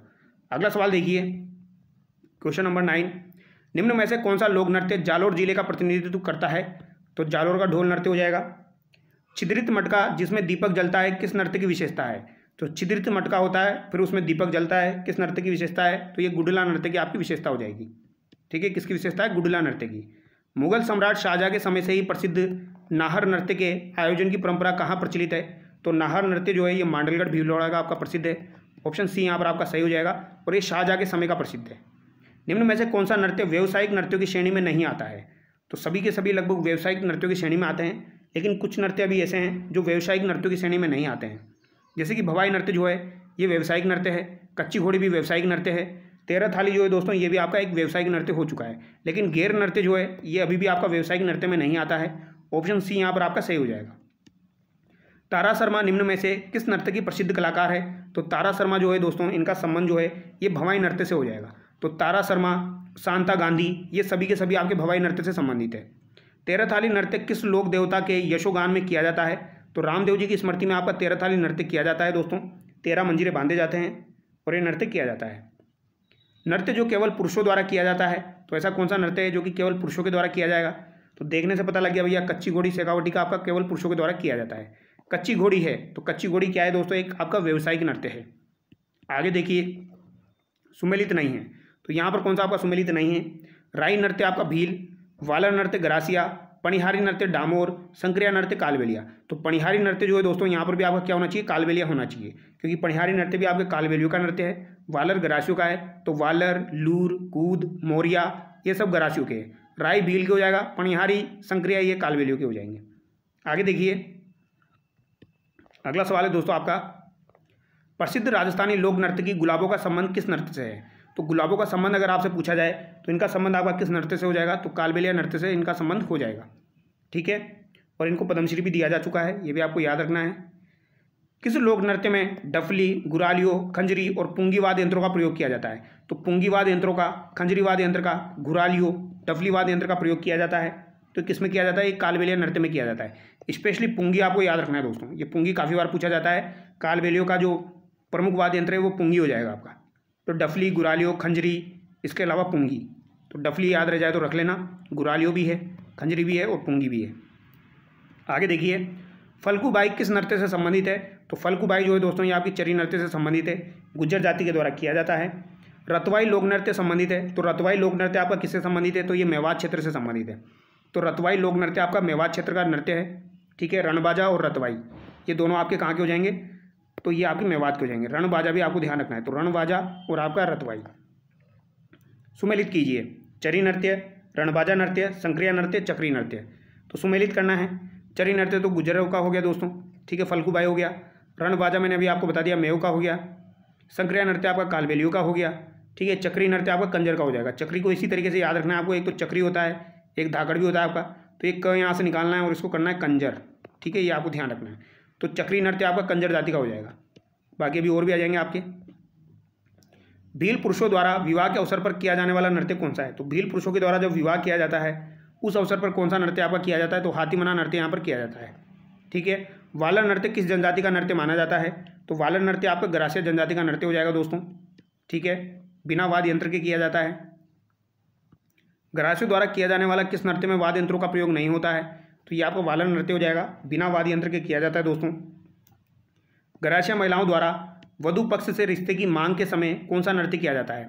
तो वधु पक्ष से जब रिश्ते की मांग की जाती है तो कौन सा नृत्य आपका किया जाता है? इंपॉर्टेंट है दोस्तों, कौन सा नृत्य हो जाएगा आपका दोस्तों? तो ये लूर नृत्य हो जाएगा आपका, पूछा जा सकता है, याद रखना है दोस्तों। गरासिया महिलाओं द्वारा जब वधु पक्ष से रिश्ते की मांग की जाती है, यानी जो वर पक्ष होता है वो वधु पक्ष से रिश्ते की मांग कर रहा है, तब कौन सा नृत्य आपका किया जा रहा है? तो यहाँ पर लूर नृत्य आपका किया जा रहा है, ठीक है, लूर नृत्य यहाँ पर किया जा रहा है। इस तरीके से याद रख सकते हो। आगे देखिए, लोकगीत किसी संस्कृति के मुंह बोले चित्र है, यह किसका कथन है? तो लोकगीत जो है दोस्तों ये किसी संस्कृति के मुंह बोले चित्र है, ये किसका कथन हो जाएगा? तो ये देवेंद्र सत्यार्थी का कथन हो जाएगा। और ये इंपॉर्टेंट कथन है, आपका ध्यान रखना है। लोकगीत किसी संस्कृति के मुंह बोले चित्र है, तो ये मुंह बोले चित्र वाली बात किसके द्वारा कही गई है? अगर आपसे पूछा जाए तो मुंह बोले चित्र वाली बात आपकी किसके द्वारा कही गई है दोस्तों? तो ये आपके देवेंद्र सत्यार्थी के द्वारा कही गई है। सत्यार्थी याद रख लेना, जिसमें आपका काम हो जाएगा। निम्न में से कौन से गीतों का संबंध मरु प्रदेश से है? तो मरु प्रदेश से संबंधित कौन से नृत्य हैं आपके, ये पूछा गया है। तो कांगसियो आपका मरु प्रदेश से संबंधित है, इंडोनी भी संबंधित है मरु प्रदेश से, गोरबंद है, पीपली है। तो पीपली, कांगसियो, इंडोनी, गोरबंद, ये सभी के सभी आपके मरु प्रदेश से संबंधित है, याद रखिएगा। कांगसियो, इंडोनी, गोरबंद, पीपली। आगे देखिए, कौन सा प्रसिद्ध राजस्थानी गीत एक युवती के सौंदर्य का वर्णन करता है? तो एक युवती के सौंदर्य का वर्णन मुमल के द्वारा किया जाता है, मुमल गीत के द्वारा। पटेलिया, बिछुओ, लालर और माचर किस क्षेत्र से संबंधित नृत्य है? तो पटेलिया, बिछुओ, लालर और माचर जो है दोस्तों ये मेवाड़ क्षेत्र के हो जाएंगे, याद रखना है आपको, मेवाड़ क्षेत्र के हो जाएंगे आपके पटेलिया, बिछुओ, लालर, माचर। तो पटेलिया, बिछुओ, लालर, माचर आपके कहाँ के हो जाएंगे? मेवाड़ क्षेत्र के हो जाएंगे। भीलों का प्रसिद्ध लोकगीत जिसे स्त्री पुरुष साथ मिलकर गाते हैं तो भीलों का प्रसिद्ध लोकगीत जिसे स्त्री और पुरुष साथ मिलकर गाते हैं वो कौन सा है? तो ये हमसिडो हो जाएगा। हमसिडो को स्त्री और पुरुष साथ मिलकर गाते हैं दोस्तों, ठीक है। और हाथीमना नृत्य जो है वो विवाह के अवसर पर भीलों के द्वारा किया जाता है। ऐसी बालिका जिसका संबंध तय हो गया है लेकिन विवाह में देरी है, उस बालिका द्वारा गाया जाने वाला गीत कौन सा है? यानी कि अभी उसके विवाह में देरी है लेकिन संबंध तय हो चुका है, यानी सगाई हो चुकी है, तो कौन सा गीत गाया जाता है? मोरिया गीत यहाँ पर गाया जाता है। कौन सा गीत गाया जाएगा दोस्तों? मोरिया गीत यहाँ पर गाया जाता है, ये आपको ध्यान रखना है, ठीक है। अगला सवाल देखिए, होलार राजस्थानी लोकगीत जो के अवसर पर गाए जाते हैं? तो होलार जो है राजस्थानी लोकगीत है, किस अवसर पर आपके गाए जाते हैं? तो होलार जो है ये शिशु के जन्म के अवसर पर गाए जाते हैं। होलार किसके अवसर पर गाए जाएंगे? तो जब आपके शिशु का जन्म होता है दोस्तों उस अवसर पर आपके होलार गाए जाते हैं, ये आपको याद रखना है, ठीक है। अगला सवाल देखिए, लोकगीत ओलियू गाया जाता है। तो ओलियू जो है दोस्तों ये तो आपको बहुत अच्छे से पता होगा, जब आपकी दोस्तों लड़की की शादी हो जाती है फिर दोस्तों आपका यहाँ पर प्रिय की याद में गाया जाता है दोस्तों ओलियू, प्रिय की याद में गाया जाता है। ऑप्शन ए यहाँ पर आपका सही हो जाएगा। तो ओलियू गीत जो है दोस्तों ये आपके प्रिय की याद में गाया जाता है। इसके अलावा दोस्तों जब आपकी लड़की की विदाई हो जाती है, यानी विदाई के समय जब वो लड़की की विदाई होती है उस समय भी गाया जाता है ये आपका ओलियू गीत, ठीक है। तो प्रिय की याद में, तो ये आपको याद रखना है, प्रिय की याद में, ऑप्शन ए। आगे देखिए, जला गीत स्त्रियों द्वारा कब गाया जाता है? तो जला गीत कब गाया जाता है दोस्तों? तो ये वर की बारात का डेरा देखने जाते समय गाया जाता है। और ये जला गीत काफ़ी बार एग्जाम में आ चुका है, तो याद रखना है, वर की बारात का डेरा देखने जाते समय जो गीत गाया जाता है वो कौन सा गीत हो जाएगा? आपका जला गीत हो जाएगा। अगला सवाल देखिए, मेवाड़ में दीपावली के 15 दिन पहले अक्सर लड़के और लड़कियां घर घर जाकर गीत गाते हैं। तो लड़कियों द्वारा जो गीत गाया जाता है उसे क्या कहा जाता है? तो उसे क्या कहा जाएगा? उसे गडलियो कहा जाता है। क्या कहा जाएगा? गडलियो कहा जाएगा, जो कि लड़की के द्वारा गाया जाता है, यानी लड़कियों के द्वारा जो गाया जाएगा वो क्या कहलाएगा? आपका गडलियो कहलाएगा। लेकिन लोहड़ी जो कि लड़कों के द्वारा गाया जाता है उसे लोहड़ी कहा जाता है। तो ये दोनों बातें आपको ध्यान रखनी है, ठीक है। तो दीपावली के 15 दिन पहले अक्सर लड़के लड़कियां घर घर जाकर गीत गाते हैं, तो लड़कियों के द्वारा जो गाया जाता है तो गडलियो हो जाएगा, और लड़कों के द्वारा जो गाया जाएगा उसे लोहड़ी कहेंगे। आगे देखिए, पीरों की प्रशंसा में कौन सा गीत गाया जाता है? तो पीरों की प्रशंसा में कौन सा गीत आपका गाया जाता है ये आपको बताना है। तो पीरों की प्रशंसा में आपका जकड़िया गीत गाया जाता है। कौन सा गीत गाया जाता है दोस्तों? जकड़िया गीत आपका पीरों की प्रशंसा में गाया जाता है। श्रावण माह के दौरान राजस्थानी महिलाओं द्वारा गाए जाने वाले लोकप्रिय लोकगीत का नाम बताइए। तो श्रावण माह के दौरान जो आपका प्रसिद्ध गीत गाए जाते हैं वो बताइए कौन से गीत हो जाएंगे? तो ये तो तीज हो जाएगा यहाँ पर, ठीक है। पीरों की प्रशंसा वाला याद रखना क्योंकि आपको पता नहीं होगा, जकड़िया याद रखना। अल्लाह जिलाबाई का संबंध किस गायन शैली से है? तो इनका संबंध मांड गायन से हो जाएगा। इनमें से कौन मांड गायन में सिद्ध हस्त नहीं है? तो मांड गायन में कौन सा यहाँ पर आपका सिद्ध हस्त नहीं है? अल्लाह जिलाबाई है, गवरी बाई है, बन्नो बेगम है, गुलाबो नहीं है। गुलाबो दोस्तों आपकी कालबेलिया नृत्य से संबंधित है, ठीक है। तो अल्लाह जिलाबाई, गवरी बाई और बन्नो बेगम ये आपकी मांड गायन में हस्त सिद्ध है, ये आपको ध्यान रखना है, सिद्ध हस्त है। आगे देखिए, गुराल युग क्या है? तो गुराल युग आपका क्या हो जाएगा, ये आपको बताना है दोस्तों। तो गुराल युग क्या हो जाएगा? कालबेलियों का वाद्य यंत्र हो जाएगा। अभी मैंने आपको बताया था गुराल युग, पुंगी, यहाँ पे कालबेलियों के वाद्य यंत्र है दोस्तों। ठीक है, तो याद रखना है गुराल युग। रमझोल किस प्रकार का लोक वाद्य यंत्र है? तो रमझोल जो है ये किस प्रकार का आपका लोक वाद्य यंत्र हो जाएगा? तो रमझोल आपका घन प्रकार का वाद्य यंत्र है। कैसा है? घन प्रकार का वाद्य यंत्र हो जाएगा रमझोल। आगे देखिए, राजस्थान के लोक वाद्य यंत्रों के विषय में कौन सा कथन यहाँ पर सही नहीं है? भपंग एवं रावण हत्ता दोनों तत्ववाद यंत्र है, तो ये बात तो बिल्कुल सही है। अलगोजा एवं मोरचंग दोनों फूकवाद यंत्र हैं, तो अलगोजा और मोरचंग जो है ये दोनों फूकवाद यंत्र है, ये बात भी आपकी सही है। और भपंग एवं रावण हत्ता दोनों तत्ववाद यंत्र है, ये बात भी आपकी सही है। ढोलक, नौबत, नगाड़ा और चंग ये आपके थापवाद यंत्र है, तो ये बात भी आपकी सही है दोस्तों। ठीक है, क्योंकि ढोलक, नगाड़ा और चंग जो है ये आपके ये थपवाद यंत्र है। ठीक है, ये आपको याद रखना है, थापवाद यंत्र। और फूकवाद यंत्र बाकिया एवं करना को मांगलिक अवसरों पर नहीं बजाया जाता है, तो ये बात गलत है दोस्तों। ठीक है, ये बात गलत है आपकी, डी यहाँ पर आपका गलत हो जाएगा। बाकी तीन यहाँ पर आपके सही है। चौतारा, कमाईचा कौन से लोकवाद्य परंपरा से जुड़े हैं? तो चौतारा हो गया और कमाईचा हो गया, ये किस प्रकार के लोकवाद्य परंपरा से जुड़े हुए हैं? तो ये आपके तत्ववाद से जुड़े हुए हैं दोस्तों। चौतारा है और एक आपका कमाईचा है, ये आपको ध्यान रखना है। ठीक है, ये किससे जुड़े हुए हैं? तत्ववाद से। इसमें कमाईचा काफ़ी बार आपका पूछा जाता है दोस्तों, कमाईचा किस प्रकार का वाद्य यंत्र है? तो ये तत्ववाद यंत्र है। चौतारा भी आपका तत्ववाद यंत्र हो जाएगा। निम्नलिखित में से कौन सा युग्म यहाँ पर आपका सही है? कौन सा युग्म यहाँ पर आपका सही है, ये आपको बताना है। तो यहाँ पर रबाब जो आपका तत्ववाद दिया गया है ये बिल्कुल सही है। रबाब जो है ये तत्ववाद यंत्र में आता है आपका। अलवर भरतपुर के जोगियों द्वारा किस प्रकार की सारंगी बजाई जाती है? तो अलवर भरतपुर के जो जोगी होते हैं उनके द्वारा किस प्रकार की सारंगी आपकी बजाई जाती है दोस्तों? तो यहाँ पर जोगिया सारंगी आपकी बजाई जाती है। कौन सी सारंगी बजाई जाती है दोस्तों? जोगिया सारंगी बजाई जाती है। अगला सवाल देखिए, राजस्थान मूल के प्रख्यात शास्त्रीय वादक राम नारायण तथा सुल्तान खां का संबंध किस वाद्य यंत्र से है? तो राम नारायण हो गए, इसके अलावा सुल्तान खां हो गए, इनका संबंध किस वाद्य यंत्र से आपका हो जाएगा? तो सुल्तान खां का संबंध किससे हो जाएगा? याद रखना आपको, इंपॉर्टेंट है, सारंगी से हो जाएगा। ऑप्शन सी यहाँ पर आपका करेक्ट हो जाएगा। ठीक है, यहाँ पर आपका जोगिया सारंगी था, ये भी आपको याद रखना है। ठीक है, तो राम नारायण और सुल्तान खां का संबंध किस वाद्य यंत्र से है? तो ये आपका सारंगी से हो जाएगा। किससे हो जाएगा दोस्तों? सारंगी से आपका इनका संबंध हो जाएगा, राम नारायण और सुल्तान खां का। आगे देखिए, देवनारायण जी की जो फड़ है दोस्तों, इसके वाचन के साथ किस वाद्य यंत्र का प्रयोग किया जाता है? तो ये तो मैं आपको बता चुका हूँ, यहाँ पर जंतर वाद्य यंत्र का प्रयोग किया जाता है। किस लोकवाद में महारत होने के कारण सागर खां जो थे इनको 2012 में पद्मश्री से सम्मानित किया गया? तो सागर खां जो है ये प्रसिद्ध कलाकार है कमाईचे के दोस्तों, तो कमाईचा आपको ध्यान रखना है। और कमाईचा के लिए इन्हें 2012 में आपका पद्मश्री से सम्मानित किया जा चुका है सागर खां को। राजस्थान में कामड़ जाति के लोगों द्वारा निम्न में से कौन सा संगीत वाद्य यंत्र बजाया जाता है? तो कामड़ जाति के द्वारा कौन सा संगीत वाद्य यंत्र बजाया जाता है दोस्तों? तो ये आपको बताना है। तो कामड़ जाति के द्वारा कौन सा बजाया जाएगा? तंदूरा बजाया जाएगा। ऑप्शन ए यहाँ पर आपका सही हो जाएगा। ठीक है, कामड़ जाति के द्वारा तंदूरा आपका बजाया जाएगा, ऑप्शन ए यहाँ पर आपका सही है। आगे देखिए, वाद्य यंत्र जाति सुमेलित नहीं है, तो यहाँ पर कौन सा आपका सुमेलित नहीं है? सारंगी दिया गया है, पुंगी है, कमाईचा है और रावणत्ता है। सुमेलित करना है यहाँ पर। ठीक है, तो सुमेलित कीजिए। सारंगी आपका दोस्तों कौन बजाते हैं? तो सारंगी लंगा जाति हो गया। ठीक है, पुंगी क्या हो जाएगा? कालबेलिया हो जाएगा।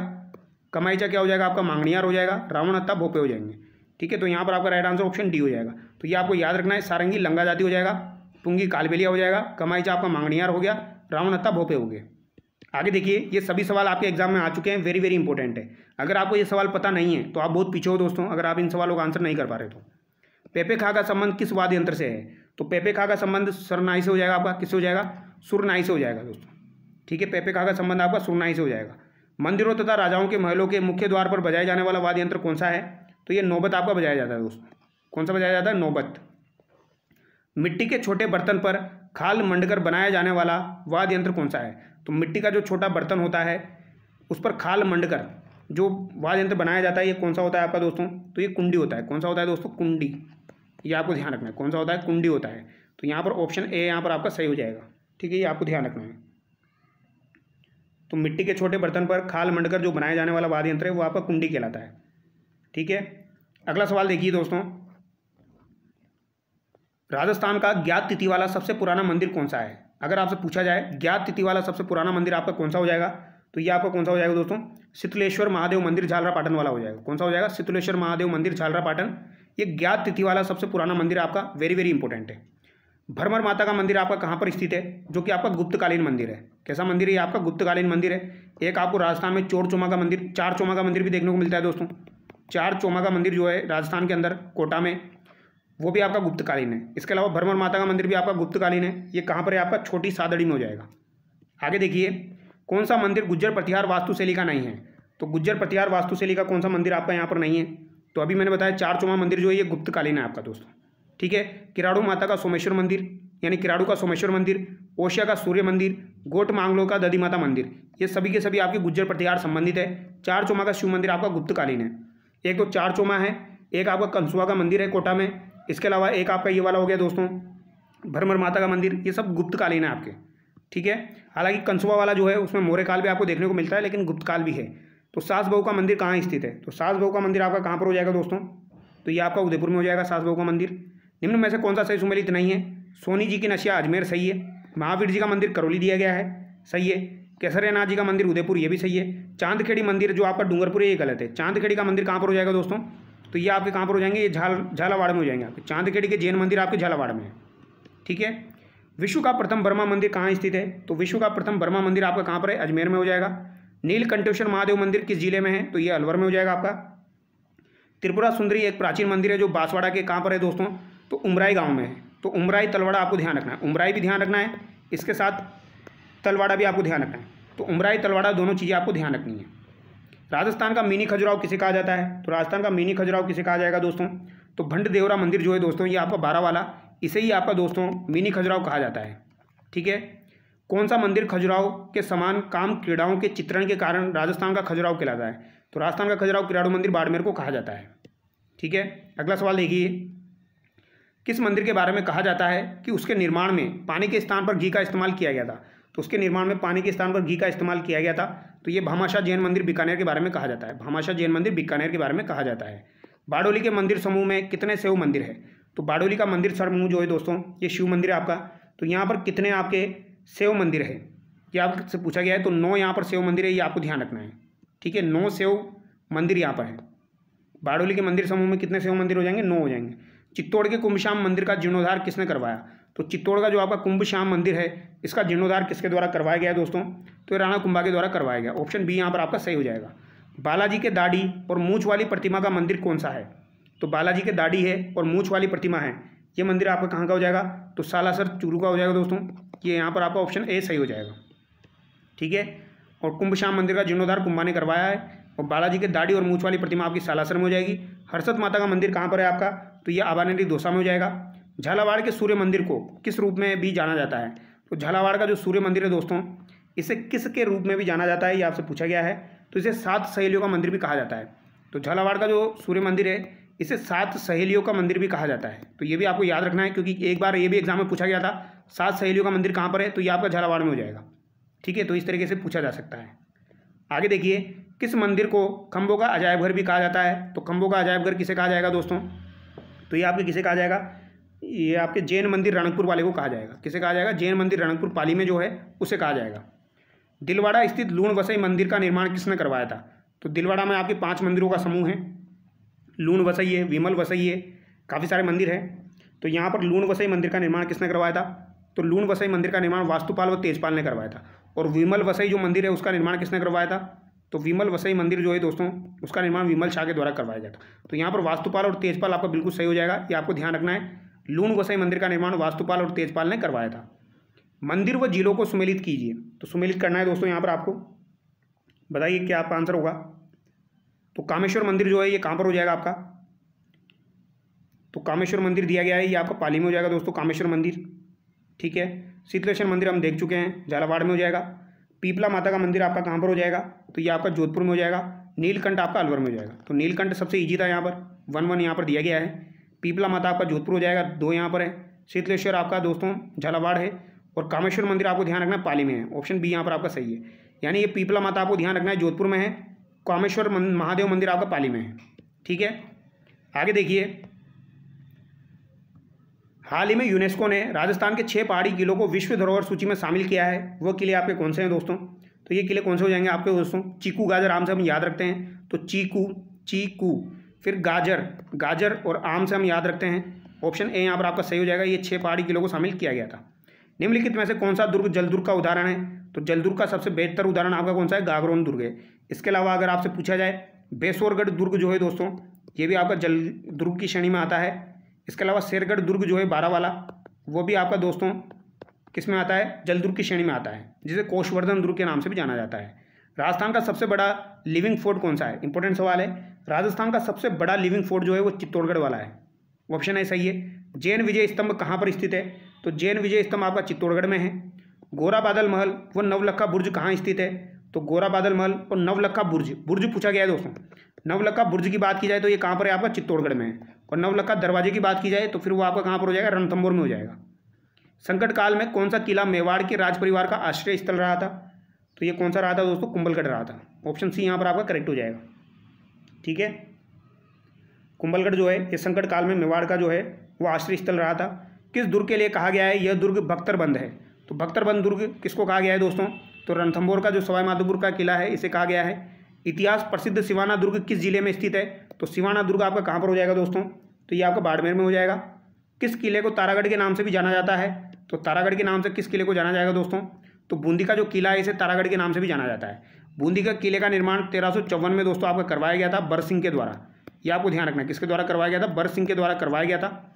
और इसे दोस्तों आपके भूत प्रेतों वाला किला भी कहा जाता है, तारागढ़ का किला। आगे देखिए, एक जैसे 9 महल किस किले में बने हुए हैं, तो ये नाहरगढ़ में आपके बने हुए हैं दोस्तों। एक जैसे 9 महल नाहरगढ़ में आपके बने हुए हैं। निम्नलिखित में से राजस्थान के किस दुर्ग को चिड़िया टूक के नाम से भी जाना जाता है, तो चिड़िया टूक पहाड़ी पर स्थित होने के कारण इसे चिड़िया टूक के नाम से भी जाना जाता है, मेहरानगढ़ दुर्ग हो जाएगा। इसे मयूर ध्वजगढ़ भी कहा जाता है, मयूर ध्वजगढ़ भी इसे कहा जाता है। राजस्थान का कौन सा दुर्ग उत्तरी सीमा के प्रहरी के रूप में विख्यात है, तो उत्तरी सीमा का प्रहरी किसे कहा जाएगा दोस्तों, तो सबसे उत्तरी उत्तर में आपका कौन सा है, भटनेर हनुमानगढ़। ऑप्शन ए यहाँ पर आपका सही हो जाएगा। अगला सवाल देखिए, वह किला जिसकी आज़ादी की रक्षा के लिए वहाँ के ठाकुरों द्वारा गोला बारूद खत्म होने पर वहाँ चांदी के गोले दागे गए थे, तो चांदी के गोले कहाँ पर दागे गए थे, चूरू में दागे गए थे दोस्तों। यहाँ का जब शासक शिव सिंह था शायद, उस समय ये दागे गए थे। किला और उसकी अवस्थिति लोकेशन वाले जिले का निम्न में से कौन सा युग में यहाँ पर सही सुमेलित नहीं है, कुंभलगढ़ राजसमंद सही है, मेहरानगढ़ जोधपुर सही है, जूनागढ़ बूंदी गलत हो जाएगा, रणथंभौर सवाई माधोपुर सही है, जूनागढ़ आपका बीकानेर में है। किस दुर्ग को राजस्थान का जिब्राल्टर कहा जाता है, तो राजस्थान का जिब्राल्टर किसे कहा जाएगा दोस्तों, इंपॉर्टेंट सवाल है। तो ये तारागढ़ अजमेर वाला जो है इसे राजस्थान का जिब्राल्टर कहा जाता है। गागरोन का किला किन 2 नदियों के मध्य स्थित है, तो गागरोन का किला जो है ये आपका दोस्तों काली सिंध और आहू नदियों के संगम पर स्थित है। ऑप्शन डी यहाँ पर आपका सही हो जाएगा। पहियों पर चलने वाली जेबाण तोप जो दुनिया की सबसे बड़ी तोप मानी जाती है किस किले में स्थित है, तो जेबाण तोप जो है दोस्तों ये सबसे बड़ी तोप है, ये आपके किस किले में स्थित है ये आपको बताना है। तो ये जयगढ़ किले में आपकी स्थित है। ठीक है, जैसलमेर का किला किस नाम से जाना जाता है, तो जैसलमेर का किला जो है इसे किस नाम से जाना जाता है, सोनारगढ़ के नाम से जाना जाता है। ठीक है, स्वर्णगिरी से कहा जाता है, और सुवर्णगिरी जो है यानी स्वर्णगिरी तो किसे कहा जाएगा, जैसलमेर को कहा जाएगा, और सुवर्णगिरी किसे कहा जाएगा, वो जालोर के किले को कहा जाता है। आगे देखिए, लोहागढ़ किला अवस्थित है, तो लोहागढ़ आपका भरतपुर में हो जाएगा। ऐतिहासिक पर्यटक स्थल आमेर का किला राजस्थान के किस जिले में स्थित है, जयपुर में हो जाएगा। आगे देखिए, बाला किला राजस्थान के किस दुर्ग में स्थित है, तो बाला किला जो है दोस्तों ये आपका अलवर में है, और यहाँ पर आपको सलीम कुंड भी देखने को मिलता है। ठीक है, तिमनगढ़ दुर्ग आपका कहाँ पर स्थित है, तो तिमनगढ़ दुर्ग आपका करौली में स्थित है। ठीक है, ब्रिटिश राजपूत टॉमस रो और मुगल सम्राट जहांगीर का परिचय किस दुर्ग में हुआ था, तो टॉमस रो जब आया था दोस्तों जहांगीर के काल में, तो इनकी मुलाकात कहाँ पर हुई थी आपकी दोस्तों, तो अकबर के किले यानी मैगजीन दुर्ग में इनकी मुलाकात हुई थी। इसे ही मैगजीन दुर्ग भी कहा जाता है, ये आपको याद रखना है, और इसे ही अकबर का किला भी कहा जाता है। ठीक है, ये कहाँ पर हो जाएगा, आपका अजमेर में हो जाएगा। और टॉमस रो और मुगल सम्राट जहांगीर का परिचय हुआ था यहाँ पर, ये आपको ध्यान रखना है। तो भैया ये मैंने आपको जो है वो 350 से ज़्यादा सवाल करवा दिए हैं आर्ट और कल्चर से संबंधित। अब देखो सवाल होने में तो काफ़ी सारे हैं, कितने भी सवाल आप कर सकते हो, लेकिन ये मोस्ट इंपॉर्टेंट सवाल थे जो कि बार बार पूछे जाते हैं, तो इनको आपको ध्यान रखना है। ठीक है, तो चलिए दोस्तों नेक्स्ट वीडियो में मिलते हैं। Thank you so much. और वाकई में आपको वीडियो अच्छा लगा है तो थोड़ा बहुत शेयर कर देना। Thank you so much.